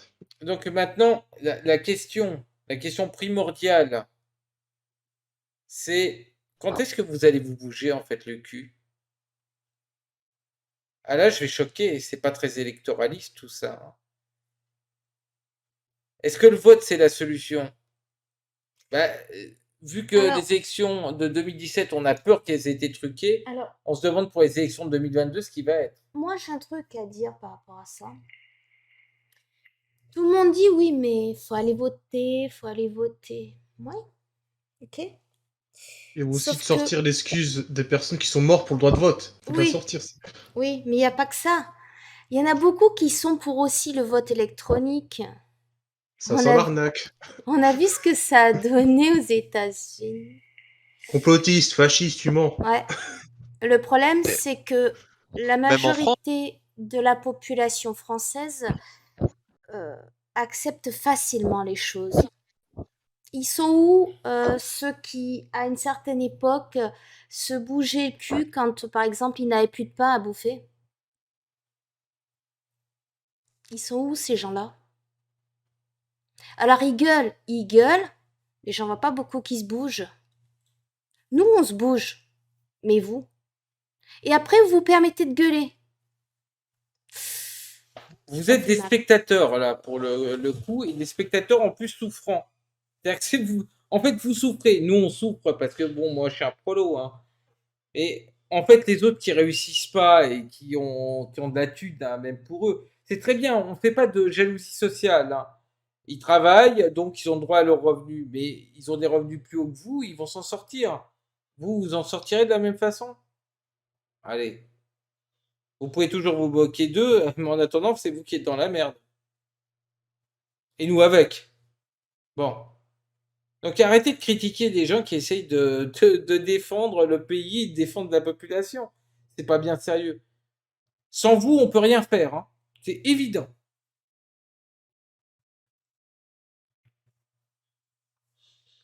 C'est pas Kevin Sales, ce n'est pas une femme.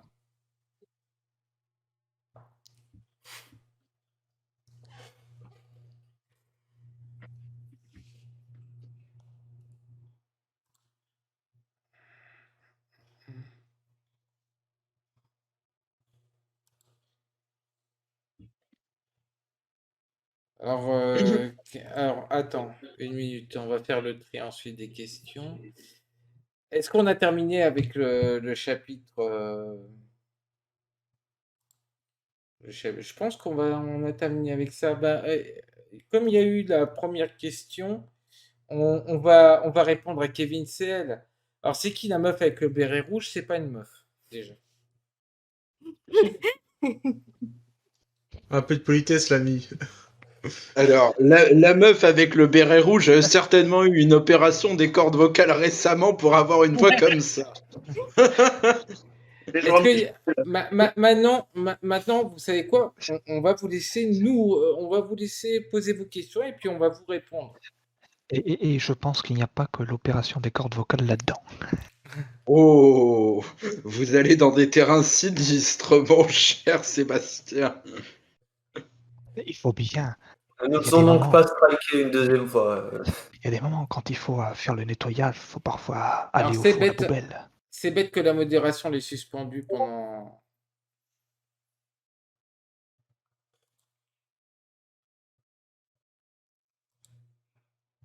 Pendant 300 secondes. Il a peut-être autre chose à poser comme question. Quelqu'un a-t-il des questions à poser parmi les 6 spectateurs simultanés?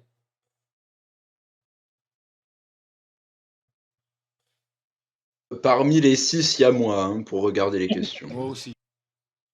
Voilà, ouais, bon, Ouais. il n'y a pas énormément de Il n'y spectateurs. a pas énormément de spectateurs ce soir, ce qui est dommage, hein, parce que bon, ben, on va. Ce qu'on va faire, c'est on va reprendre ce live et puis on va en faire une vidéo. On vous laissera réagir à ce moment-là.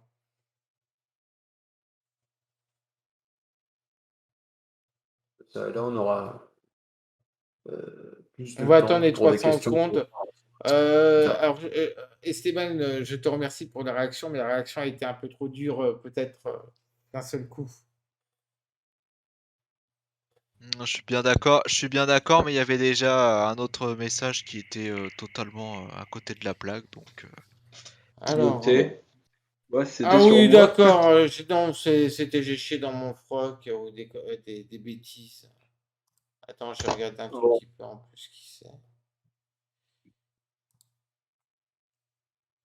Mais bon, dans ce cas-là, vous voyez un petit peu le genre de réaction que peuvent avoir certaines personnes. C'est pas bien sérieux.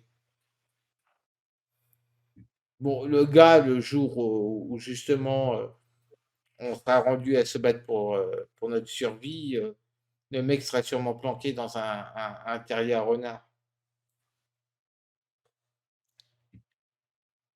Je pense. Je vais en profiter, je voulais le dire, mais j'étais coupé en fait. J'avais pas le micro ouvert. Macron prévoit une Alors, famine d'ici 18 mois, mais il prévoit pas. Il pourrait organiser quelque chose pour éviter la famine. oui, ça va être le sauveur. David, C'est vrai que alors, on l'a expliqué un peu précédemment, je vais réexpliquer. Le hashtag ML Laser, on va dire que c'est un petit peu notre petite part, on va dire, de provocateur. En fait, il s'agit sur des choses justes et des combats justes de balancer de façon peut-être même parfois un peu insultante, mais de balancer un certain nombre de vérités. Ça peut être sur le dossier ukrainien, mais ça va pas être que sur le dossier ukrainien, ça va être sur les dossiers sociaux. Ça va être sur une déclaration absolument dégueu, par exemple d'un politique ou même du président. C'est tout ça, cette opération ML Laser. C'est taper le plus possible sur le mensonge actuellement que l'on subit à cause du capitalisme mondialisé. En Voilà. plus, ça permet de faire réfléchir les gens. Beaucoup plus. Le hashtag, je vous incite à l'utiliser surtout sur Twitter. Vous pouvez l'utiliser un petit peu sur YouTube si vous faites des vidéos en rapport avec ça. C'est à vous aussi de continuer ce combat. Hein. Et peut-être que vous le verrez IRL. Sait-on jamais. IRL, c'est dans la vie réelle. J'espère qu'on a réussi à répondre à ta question. Est-ce que tu as besoin d'autres détails, David?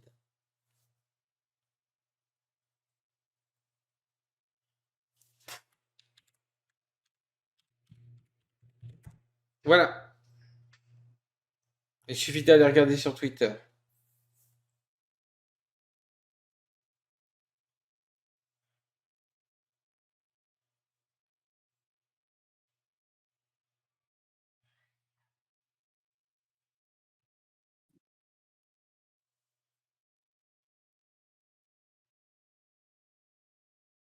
Donc.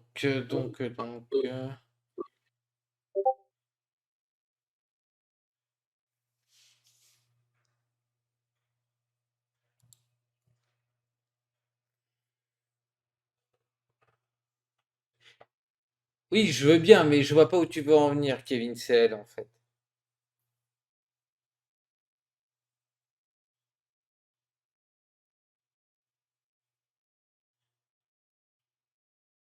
L'inflation, elle va rester. Hein.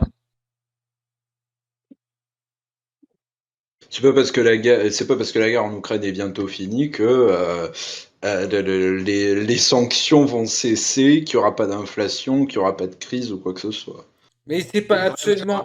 Alors, je vais t'expliquer un truc, ça va être simple.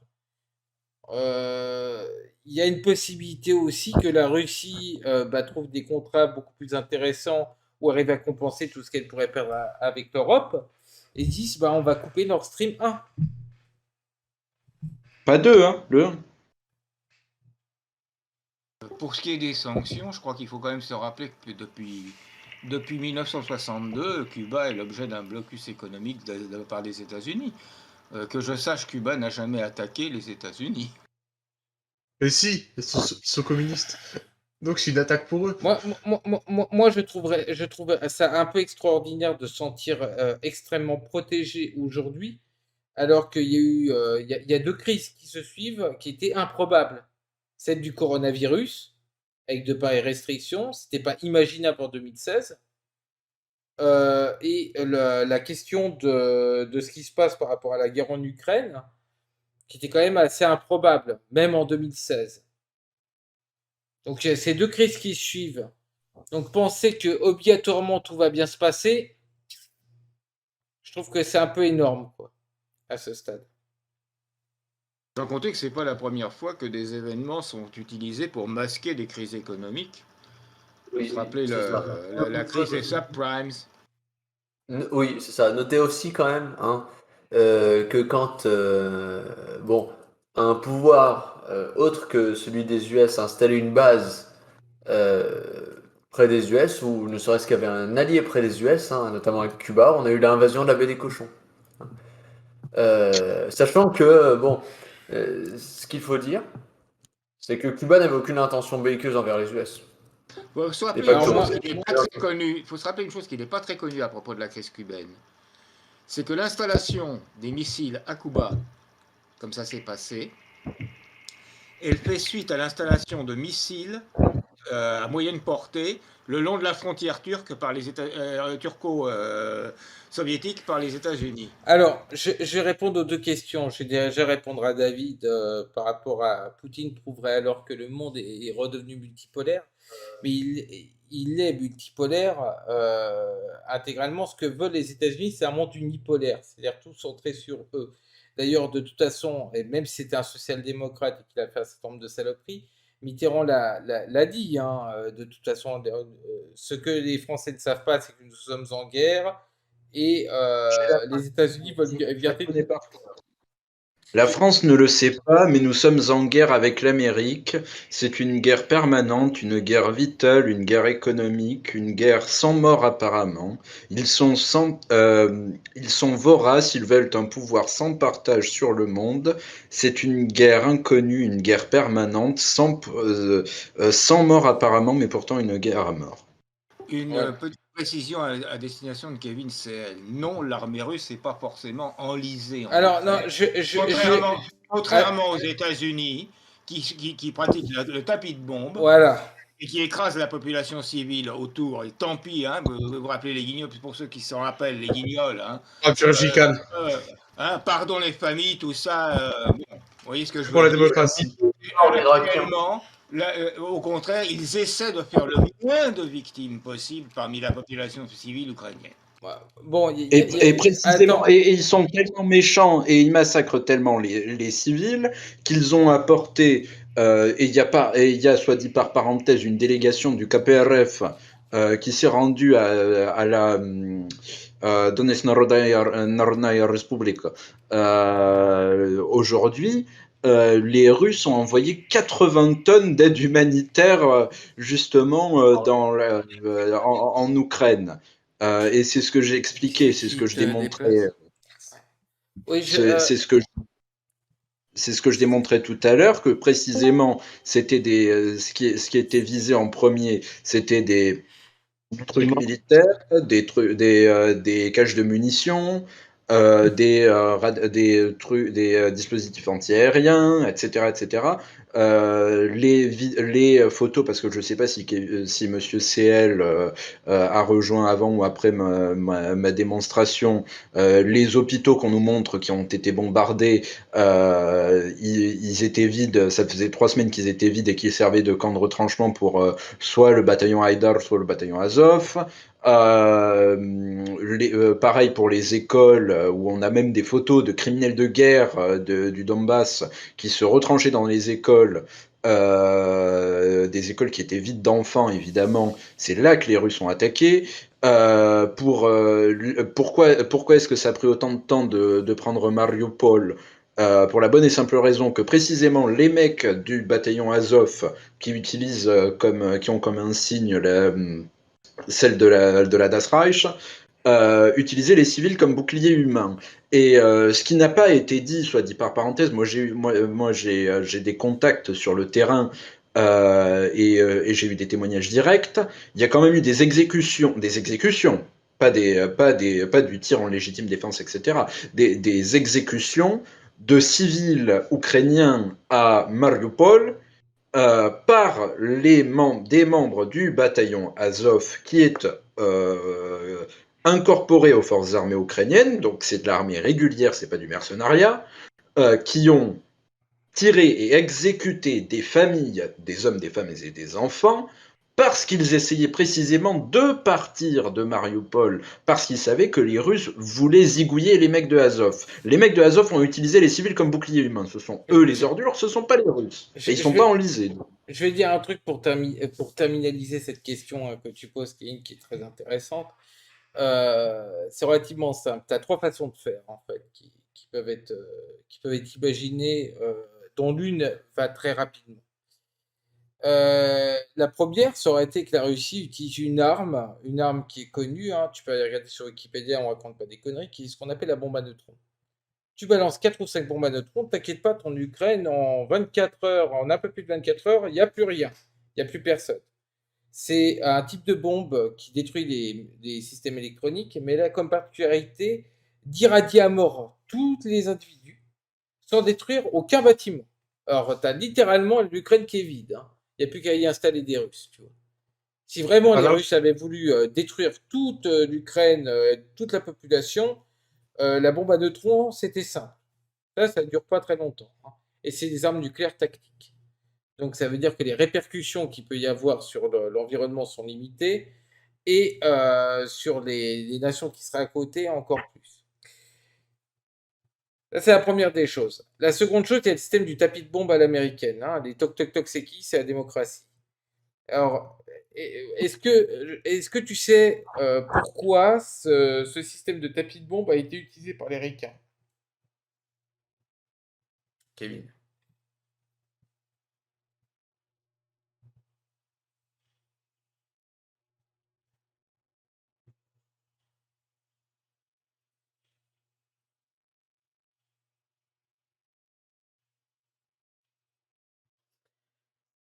Bob, je vois pas. Non. Alors, je vais t'expliquer rapidement. C'est facile. La majorité des politiques américains ont dit qu'il faut absolument pas que les boys, qu'il y ait des boys qui restent. Pas de mort américaine. Donc, on rase tout.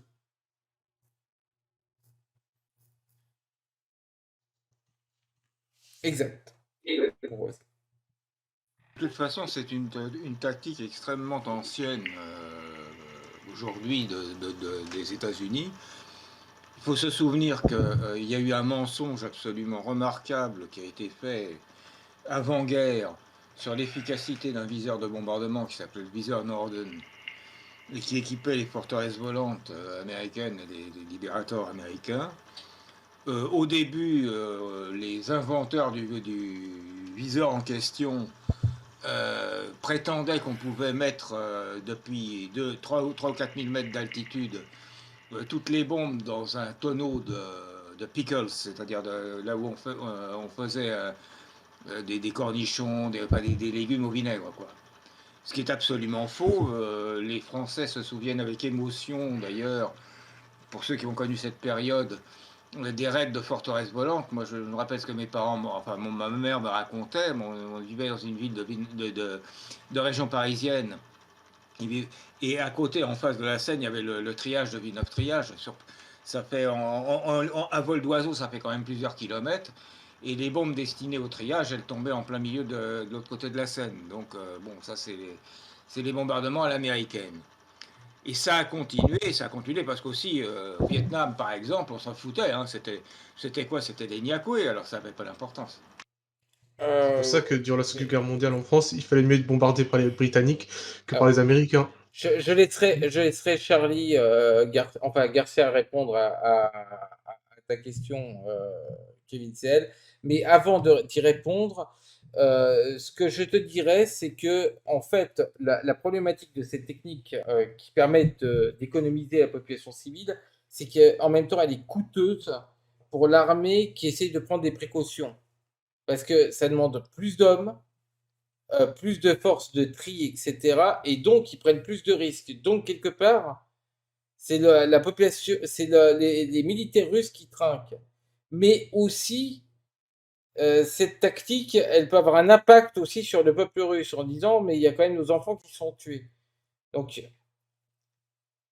il n'en reste pas moins que, voilà, il n'en reste pas moins que Poutine aurait, je pense, et nous, ce qui nous fait nous poser des questions, c'est qu'est-ce qui l'a fait réagir alors que la tactique la plus intelligente, c'était le système de l'intimidation, c'est-à-dire amener les missiles nucléaires à Cuba et au Venezuela. De toute façon, à ce que dire aux États-Unis, attention, vous n'êtes pas en sécurité.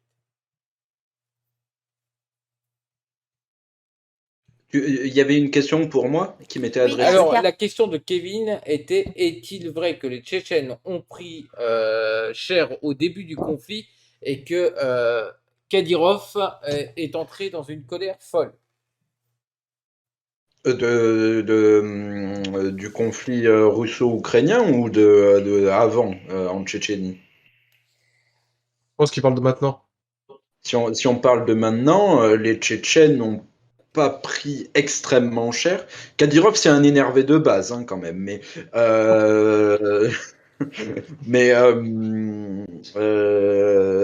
non, parce que à la vérité, quand la garde nationale tchétchène est arrivée en Ukraine, ça s'est plutôt très bien passé, parce que la garde nationale tchétchène est très bien entraînée, l'armée tchétchène est très efficace, donc en réalité, il n'y a pas eu tant de pertes que ça.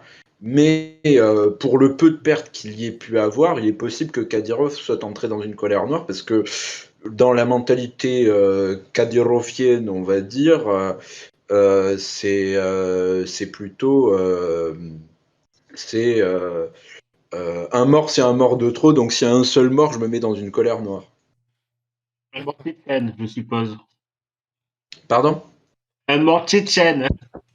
Oui, oui, un mort tchétchène, un mort ukrainien, c'est jamais un mort de trop. Oula, on va se faire strike. Je pense plutôt c'est un mort tchétchène plus russe qui dirait. Donc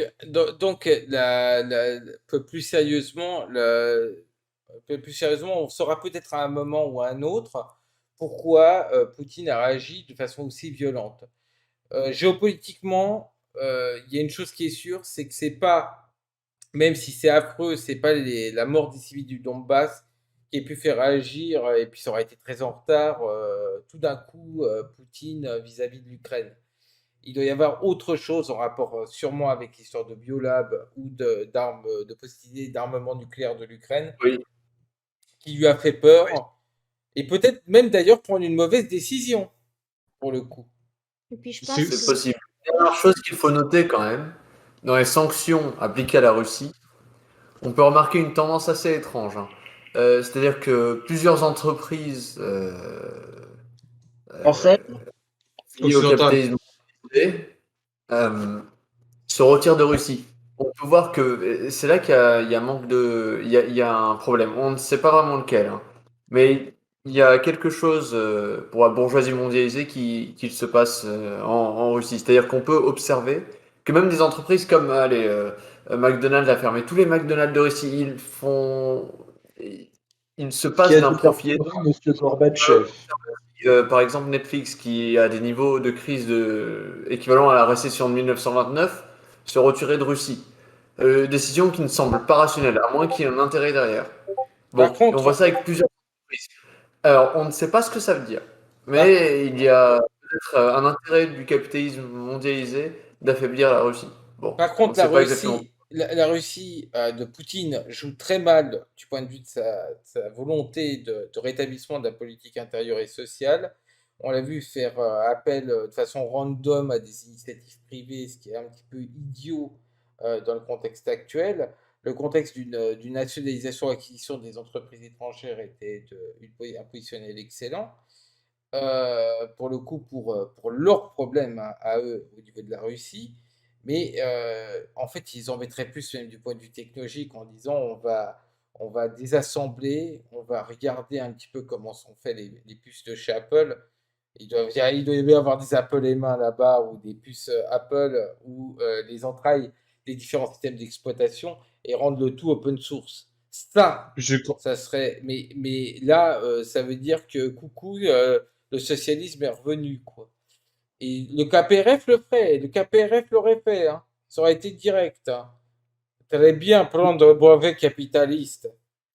Il faut aussi penser par rapport que Poutine est paranoïaque, parce que la Russie elle a toujours été menacée de tous les côtés, à travers son histoire. Oui, la Russie, depuis qu'elle s'est tapée je ne sais combien de millions de morts, est devenue extrêmement La paranoïa, c'est un réflexe de défense naturelle, c'est-à-dire qu'à force d'être envahi par la plaine du nord de l'Europe, toujours par l'ouest donc, l'Empire russe sous les tsars, ou l'URSS, avec les États satellites, bon, mais ça c'est un autre sujet encore, il y a toujours eu cette volonté de créer des États tampons pour ne pas se faire envahir. Bon, on a pu observer quand même que c'est arrivé à la Russie pendant la Première Guerre mondiale également, avec la Pologne bien avant, lors des guerres entre l'Empire russe et la Pologne, ou même, l'exemple le plus frappant, la Seconde Guerre mondiale, où quand même il y a eu entre 22 et 26 millions de morts dans la population russe.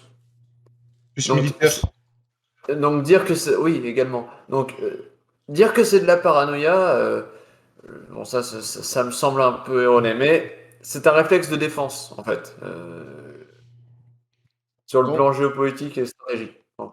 Donc nous, maintenant, bon, on arrive à 2 heures de live. Le seul truc, c'est que je vais dire le mot de la fin. Et, on peut encore opposer encore une question. La chose que l'on dit de façon unanime, on continuera, nous, des propositions et le combat économique et social pour le passage au socialisme, puis au communisme. Le communisme, c'est la prise au tas, hein. Donc, il n'y a plus d'argent. Bon, c'est le communisme, il n'y a plus d'argent, il n'y a plus d'État. Donc, déjà, on l'a jamais connu. On l'a jamais connu. On l'a jamais connu. Et ça arrivera peut-être 3 siècles après le passage au socialisme. Donc déjà, c'est la première des choses, il faut délimiter les systèmes, hein. Le socialisme, c'est la mise en commun des grands moyens de production et d'échange. Le communisme, c'est la prise au tas. Non, je vais... Maintenant, concernant notre position, y compris sur l'histoire des théories gauchistes et woke, on continuera de les combattre tout en continuant, quand il y a des vrais nazis et des vrais fascistes tels que on peut les voir en Ukraine, on continuera le combat absolu contre les nazis et contre le vrai fascisme. Jean-Marie, tu voulais préciser au niveau de la prise au tas? C'est intéressant quand même de redéfinir la prise au tas. Tout le monde n'a pas ça en tête, donc je te laisse le faire, tout simplement. Alors, la prise au tas, c'est au moment où la production est suffisante, voire encore plus abondante, qu'elle peut répondre pour n'importe qui. C'est-à-dire qu'il y a suffisamment de pain, il y a suffisamment de n'importe quel objet de consommation, et vous ne payez plus, vous vous servez directement. C'est-à-dire que chacun a compris que son travail était utile à l'autre, et de façon coordonnée, et dans ce cas-là, la prise au tas est possible. Mais pour ça demande une évolution de la conscience et une évolution aussi éthique et morale. Et ça se passera ou ça se passera pas. Pour le moment, on ne peut pas dire que ça se passera sûrement, puisque on n'a aucune preuve, vu que ça n'a jamais été encore expérimenté. Mais quand on va vers quand on essaye d'aller vers quand on essaie d'avoir une vision politique, il faut y croire un peu. Il faut essayer, tout du moins. Mais le socialisme est largement possible. Ce qui est concret, ce que l'on sait, c'est qu'un monde socialiste est une meilleure alternative. Ça, on a l'objet en tête clair. Pour ce qui est du communisme, c'est encore bien trop loin pour avoir une idée précise de la chose. Exactement. Peut-être Si temps de on doit être commencer. honnête, scientifique et dialectique, on répondra comme ça. Est-ce qu'il y a d'autres questions avant qu'on coupe le live, qui sera rediffusé d'ailleurs?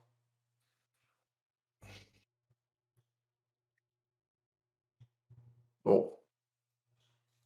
On laisse passer 1 minute, 1 minute 30 parce qu'il y a un temps de retard.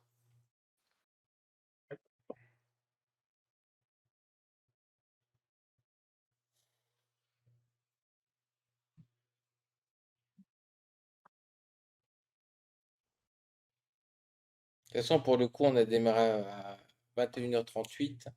Il est 23h34. Eh ben, je te remercie, David. Et puis, si vous voulez participer au cercle, vous pouvez nous rejoindre sur le Discord. Il n'y a pas de souci. Si vous voulez participer aux opérations de retweet par rapport au hashtag ML Laser, on en serait très content. Mais ce qu'on veut, c'est servir vraiment le peuple de ce pays et pas se servir. Plus on sera connu, plus en plus on aura des contradictoires et on pourra y répondre et préciser encore plus les choses. Mais vous pouvez aussi participer à la réflexion pour un meilleur socialisme, en venant, tout simplement, en venant nous voir et venir parler avec nous. Et pour ce qui est des gens qui viennent de la gauche et qui ont entendu qu'on était une espèce de fascistes, qui sont dans cette vision délirante, venez parler avec nous. Le lien Discord, il est sur notre compte Twitter, si tu as accès au Twitter. Sinon, Je vous encourage également je à vais, regarder si- nos vidéos. sinon, je vais essayer de te le donner. Il est aussi sur le site du Cercle. C'est Est-ce ça. que le lien est encore valable? Le lien qui est dans la description du live. Alors, copier le lien. Notamment. Par contre, il faut une.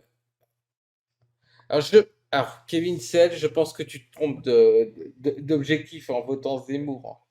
C'est pas du mépris, hein. C'est absolument pas du mépris envers toi. Mais tu vas t'apercevoir, je pense que tu te trompes comme objectif. Zemmour est un libéral. Il ne peut pas résoudre la question, il va pas résoudre la question sociale. Donc même si tu rajoutes comment te dire, si tu retires de l'immigration, en fait, du fait qu'on retrouve pas la civilisation française, bah, il y aura rien n'empêche un blanc de se convertir à l'islam. Rien n'empêche un blanc, un français de souche, de se convertir à l'islam. Et encore pire, d'aller faire des attentats. Tu sais, quelques vidéos sur Internet et le mec, il est parti pour être dans ça. Ce qu'il faut, c'est redonner de l'espoir. Autre petite chose quand même qu'il faut dire sur les histoires d'immigration. Toutes les politiques de limitation de l'immigration en tapant sur les candidats à l'immigration ou sur les immigrés qui ont été faites dans le monde ont toujours été des échecs. Le problème, c'est de tarir les choses à leur source. Si on veut moins d'immigration, c'est de taper sur ceux qui les font venir et les exploitent ensuite pour faire pression sur les salaires et sur les conditions de travail des autres. Et ça, c'est pas évidemment les petits copains du MEDEF qui vont le faire. Le problème, Kevin, et ce qui fait peur par rapport à Zemmour, la première chose, c'est pas la question de la politique migratoire. Il peut raconter, faire des punchlines comme il veut, etc. Des fois, ça m'amuse même. Et je pense que ça amuse pas mal de gens du cercle. On n'est pas fleur bleue, on n'est pas woke ni gauchiste. Non, ce qui fait plus peur, c'est qui le finance, Zemmour. Parce qu'il y a Bolloré derrière. Donc à partir de là, je ne pense pas que ce soit vraiment très patriotique, si tu vois ce que je veux dire. Il ne veut pas quitter l'Union européenne, surtout. Il y a aussi la non-volonté de quitter l'Union européenne qui est un problème parce que en fait, dans ce cas-là, on ne peut rien faire, on ne retrouvera pas la France. Dommage. Plus l'OTAN. Oui, il nous remet dans des emmerdes. Puisqu'en ce moment, la France est présidence, je veux dire celle qui dirige l'OTAN pendant 1 an. Mais c'est intéressant, si tu veux débattre avec nous, tu es aussi le bienvenu, il n'y a pas de souci. En tout cas, pour les autres, passez une bonne soirée et on vous dit à la prochaine. Bonne soirée. Nous, on a fait 2 heures de live, on s'y est tenu. Bon, j'ai pas parlé comme d'habitude parce qu'évidemment, il y a aussi le fait que la diffusion en direct, c'est un peu impressionnant. Mais on a passé le cap. Allez, bonne soirée tout le monde. Vidania, vous dit le FSB. Allez, au revoir. Salut.